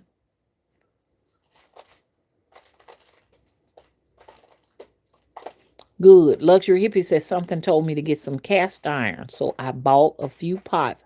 I guess I'll be doing more outdoor cooking. Oh, beautiful. I'm so excited. People don't realize that the cast iron is good for a lot of things, not only just outdoor cooking, but it will keep you from ever being anemic. The iron in that cast iron will keep you from having anemia.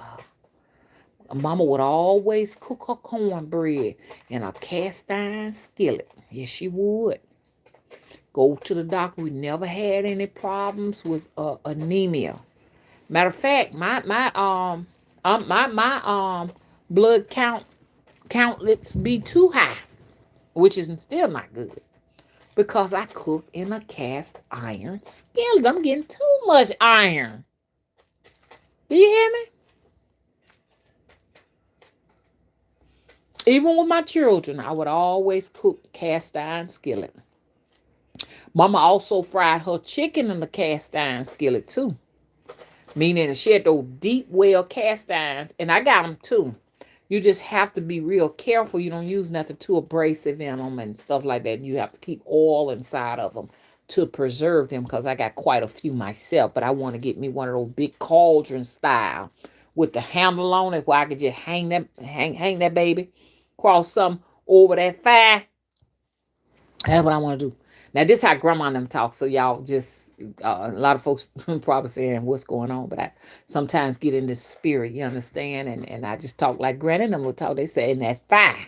They didn't say in the fire, you know. And so you get them blocks, get them cinder blocks, set them up. Them cinder blocks can be ovens. And they can also, like I say, you know, be set up where you can actually put a skillet or two or something like that and cook on them. So y'all go and get and I think on YouTube, they got videos showing you how to cook on a cast iron. How to put your cast iron on cinder blocks to cook and make fires and stuff like that. You can do that. What I like about, okay, so like with the cast iron skillets and stuff, pots, it take them a long time to heat up.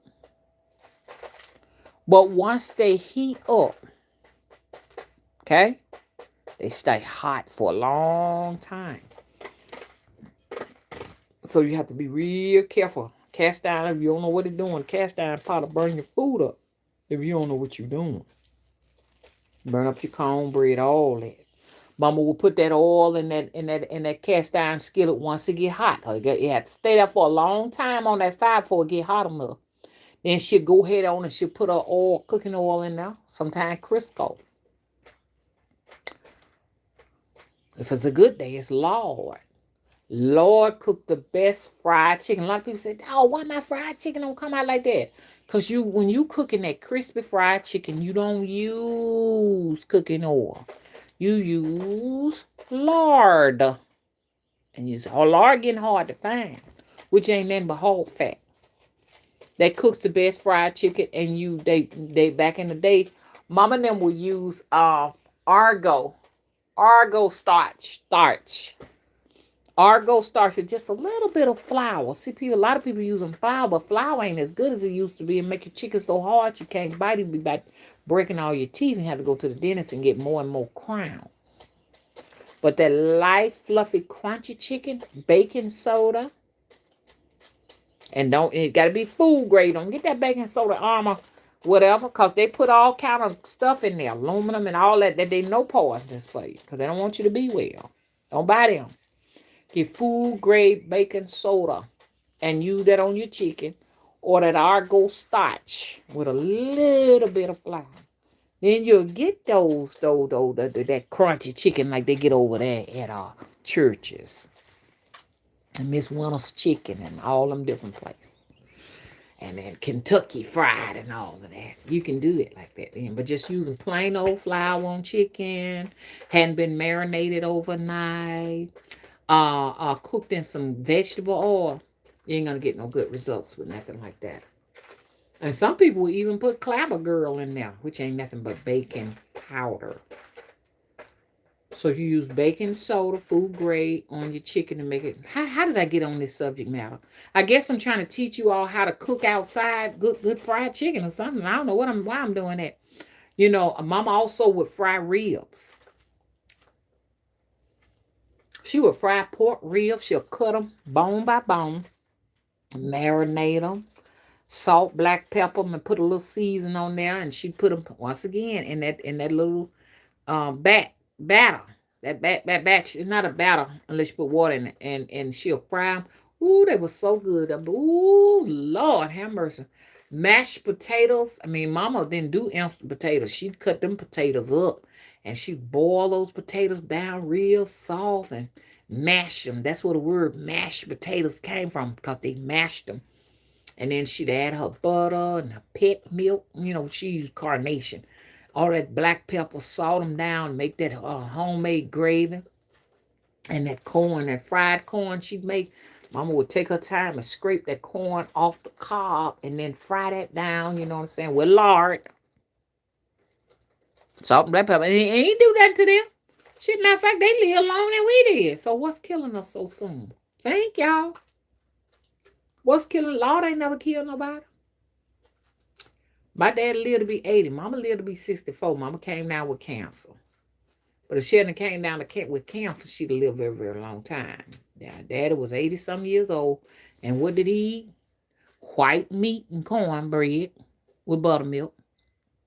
Do you hear me? That's how Daddy ate. And he managed to live a long life.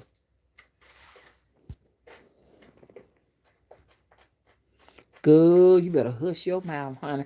You're taking me back now. Lolita says pot liquor. What you know about that in cornbread? You too young to know about that. Yeah, Mama and them would do it, you know. And when they was like, did those little gatherings and stuff, you know, like we used to go to them funerals and stuff down in the country and stuff. Them folks sure enough could cook.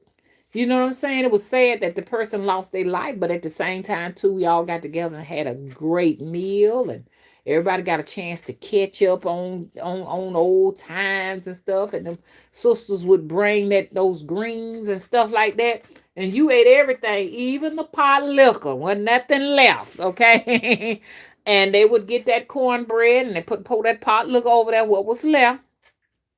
And they would get their fingers.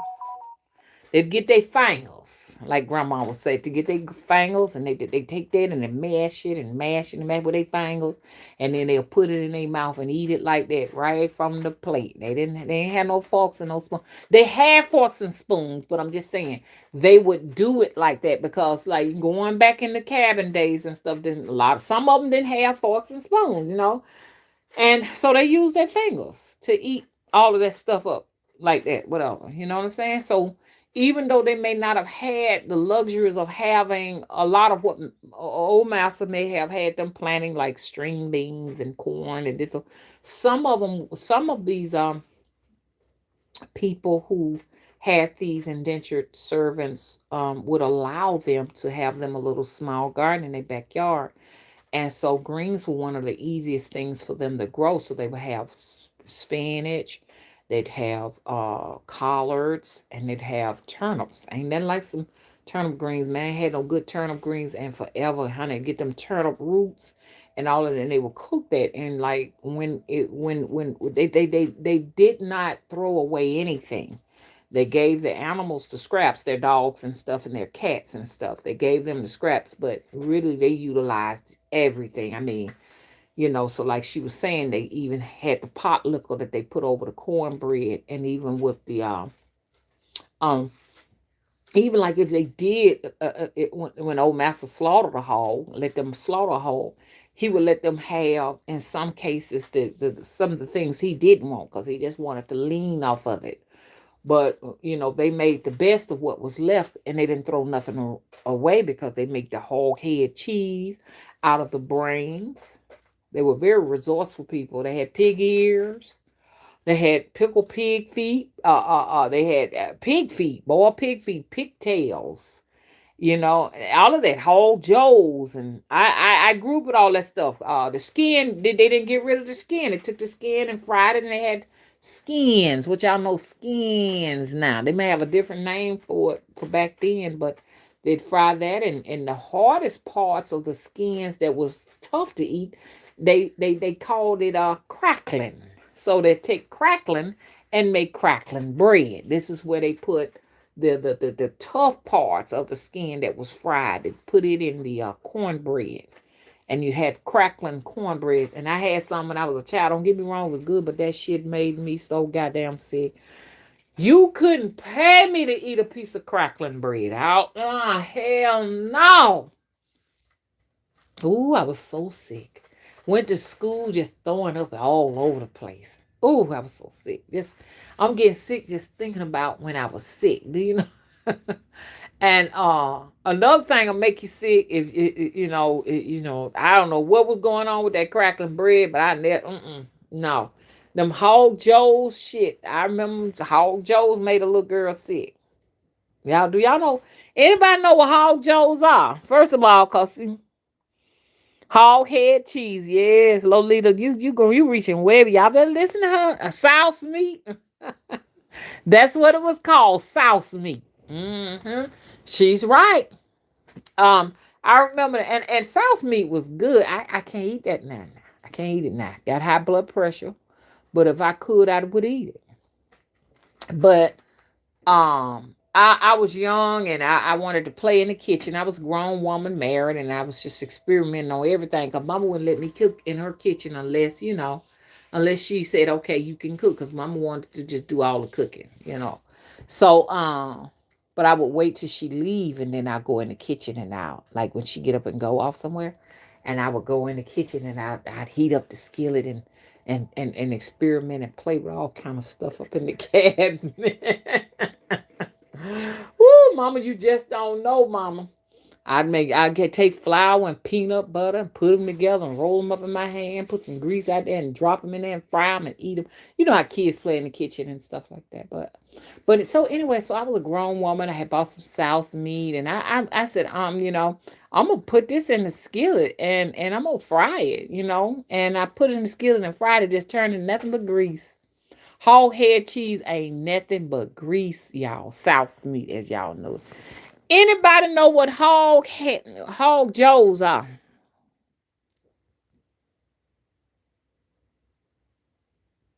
And nobody know what hog joes are? Oh, Lolita's in her 50s, so you reaching way back with me. We going way back together. And so, like, even with my southern drawl, it's very, very, very old, because think about it. When I talk like a true deep down southerner, sometimes I'll drift off into that. We're talking about a dialect amongst people that I was raised with, that was born in the late 1800s. Some people call it the slave language. Call it whatever you want. It's a part of our history. Okay, so when you talking to me, a woman in Alabama, you understand? My dad was born in 1926. My mom had very proper dialect, unless she really just wanted to just express herself, and kind of like what her voice kind of sound like island, something like a little bit. Some just slightly you can hear it, but she really spoke very proper English because she was a professor with a PhD. Now I just put her persona on. But daddy was born in Union Springs, Alabama, Bullock County, where the Cherokees. His tribe was Cherokee. That's where most of the Cherokees in Alabama originated from, in Bullock County, Alabama. And Daddy be like this here, tomato. He didn't say tomato or tomato. He would say tomato. He would not say banana. He'd say nana. He wouldn't say potatoes. He'll say tater. He'll say taters. You want some of them taters? It was very, very, very, very, very, very, very, very, very, very country. And a lot of things he would say hydrant instead of faucet. And so I don't know if I say, Willie, give me some water out that hydrant. And there, Mr. Willie know what's going on, because he was school with it too. His grandma, she was born in like 1910, something like that. So they talk like that back then. You understand? Light bread, not we call it bread. I want some of that light bread. You understand? Go in the ice box and get me this, that, and other. He didn't say go in a refrigerator or go in a, Frigidaire or something like that. Something, because mom would call it a Frigidaire. Back in the day, it was refrigerator or Frigidaire or something like that. Or refrigerator. We say refrigerator. Dad called it an ice box, because where he was, they had a box, and the iceman would come on a bicycle and sell them ice on a daily basis so that they can keep their food cool. You know what I'm saying? So like, even like with the like I say, I still know all of the old dialect, and some folks down here still talk like that. Even, very, very young people still talking like that. Over yonder there. Over yonder there. She over yonder. I gather she'll be here in the rec. See, I know all them old terms. Y'all can't trick me with that. I grew up with it. Woo! Oh, you getting me started now, Lolita, talking about the Coca-Cola over the ice cream. Yeah, we used to do that. That's what it was. In the day. And them Coca-Colas, let's talk, Lolita. Them Coca-Colas are different from the Coca-Cola now. Tell them about that Coca-Cola. As little cheery. Mama didn't even want you to have that Coca-Cola. You know what that Coca... Tell me what that Coca-Cola would do when you burped. Let them know, Lolita. Oh, Cece said, oh, her dad is from Possum Bend in Camden, Alabama. I am in Scotland and I gotta go to bed. Love you, mama, and everybody. Okay, good night. Have a good night. But you still took them Alabama roots up there with you because you hadn't forgotten them. Yeah. And see, I was born in Selma, and Selma's just like 10 or 15 minutes from Camden. They that's what they said from Camden, you know what I'm saying? You're right there in G's Benz where they make them quilts and stuff from. They're very popular for their quilts. It burned. Thank you, Lolita. Now I know she's in her 50s. That's that. She for real. So we get them Coca-Colas. They'll be in them glass, greenish looking bottles. And as little kids, Big Mama would buy us one of them long coats. She said, don't you tell your mama with that snuff in her mouth. You know what I'm saying? Had that old handkerchief pinned in her bra with a little piece of change she had in there. Wasn't never no dollars. You know, there'd be change in there. They had pin in their bra up in there. Dirty old handkerchief. A man would come around selling Coca-Cola. She'd buy us one. She'd get one. She'd give me and my sister one tall one. And we'd sit there on the front porch and we just drank. We drank them Cokes. And we be trying not to burp, because if you burp, it's going to burn up your nose. Ooh, I'm telling you, it would burn your nose all the way up to the top of your head. You remember that, Lolita? You be like, damn, I got to burp. You gonna burp. You know, but see, that shit used to clean you out, too. Let's not talk about that Buffalo Rock. Mm-hmm. My daughter loved Buffalo Rocks. She'd take. It's hard to drink a Buffalo Rock now. Back in them days, now I don't know what's going on with them now, but you know all that was medicine. Cause Buffalo Rock was that soda, and that soda was good. It was like a detergent for your body to purify your blood out back in them days. And I don't know what they putting in them now. Cause I don't care what nobody said. Coke ain't shit. It ain't. It don't burn. It don't do shit. It's just a cleaning product. But with that Buffalo Rock, it would produce so many bubbles. It was ginger and soda, because ginger good for the stomach. It would correct a lot of. That's what us the soda shop they call it. They called it soda shops in the 70s. But then as you go back further, they call it apothecaries, and that's where you get a prescription for a soda. And they would mix it. A pharmacist would mix it. You'd sit there in the parlor and you would drink it. Your prescription might be like that Buffalo Rock, the ginger tonic. They were tonics in them days. Now they just nothing but diabetic liquids to kill you. Put you in the hospital, have them chopping off your foot, your leg, your arm, and all that other good stuff. All that other bad stuff. I'm sorry. Y'all have been on here so long. Y'all get bringing up things that make me go back into my childhood. But my daughter, they were still hot back then, back in the 90s. My oldest daughter would take her time. You have to take your time and sip small sips at a time of that Buffalo Rock. Because if you try to swallow it down, you have a great big old bubble in your throat.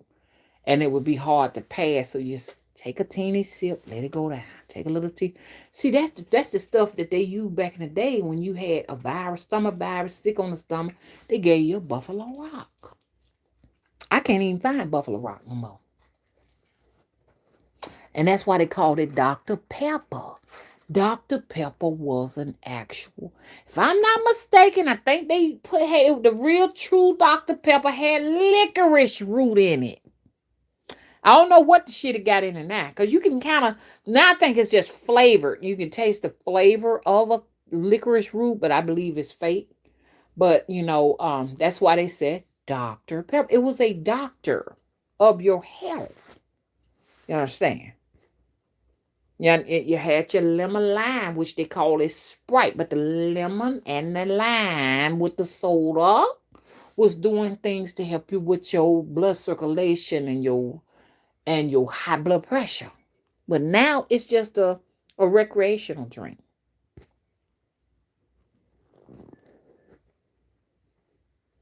Oh, Sonny said, we love to listen to you talk. I could listen all day. Oh.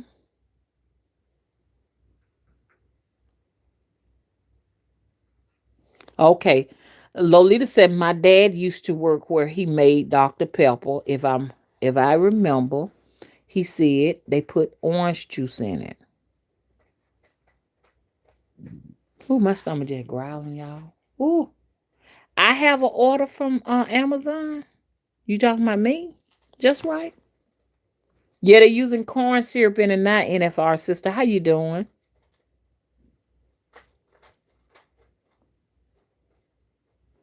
Okay, IBJB said Coke and ginger cookies would deflate your lungs and knock the air out you. Know nothing about that. You have Red Rock Chastain. Nobody knew what them Hog Joes was. Man, I reached way back on everybody with that one. Yes, they did, luxury hippie. They changed the Coke formula. Cause see, look, back in them days. Excuse me, cause I gotta get up, y'all. Soon I'm hungry. Way back in the days, cause I started out real light today with just the banana and plenty of water. Y'all better drink a lot of water. Where we going? It's finna be hot, and you're gonna have a lot of fluid. Back in the day, they didn't use corn syrup like they use now. They were using back in them days real sugar cane. It's hard to find cane. I know my dad's mama, granny. We called her Granny, Miss Lisa. We call her middle name was Ball. Her name was Lucille Ball. She was born in 1899. 18. So it's very common for them to use Ball as a middle name.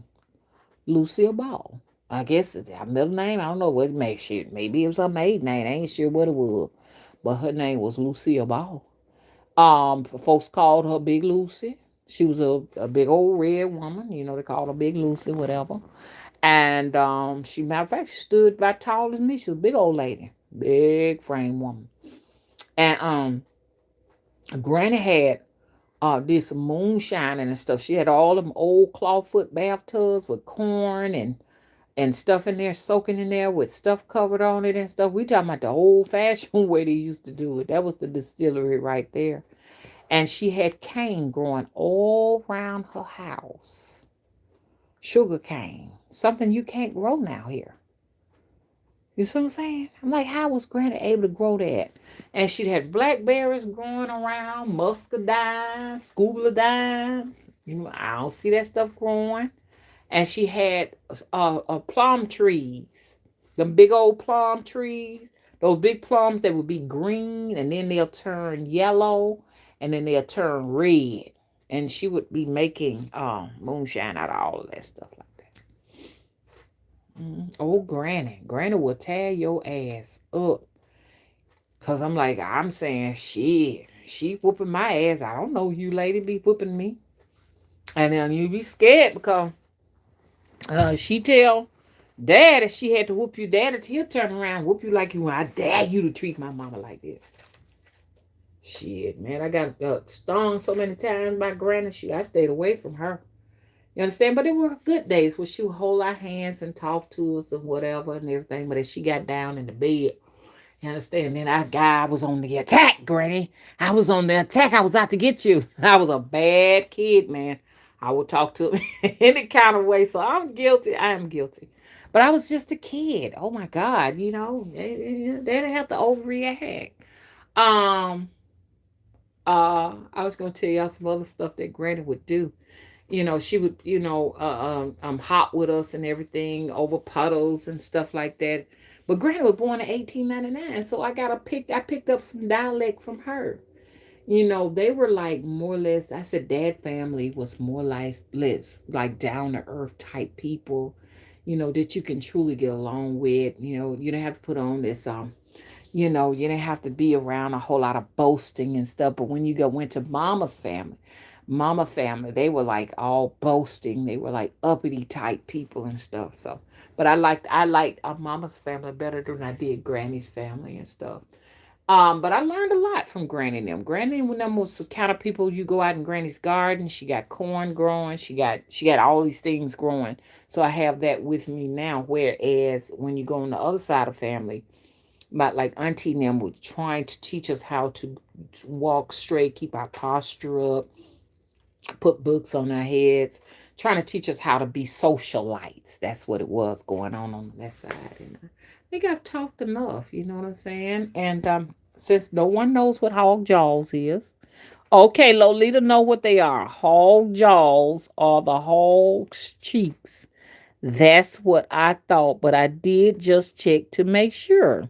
Cause jaws are cheeks areas. Oh, also, this is gonna be the shocker. Hog's nuts. Yes, the balls of the hog. Yes, they tried to feed them things to me. My body rejected that stuff. I couldn't eat that. Yeah, they used to eat the hog's balls back then, y'all. Mm-hmm. Hey, Nicole, how you doing? I'd have been here 3 hours almost. So I'm gonna have to go ahead and go, Nicole. But I've enjoyed everybody. Oh, you better not, just right. You better not. You know what? Just right. Well, you must be close to me. You know that's just round the street for me. Just right said I drink 1186 water by the black man in Artockerville, Alabama. Oh.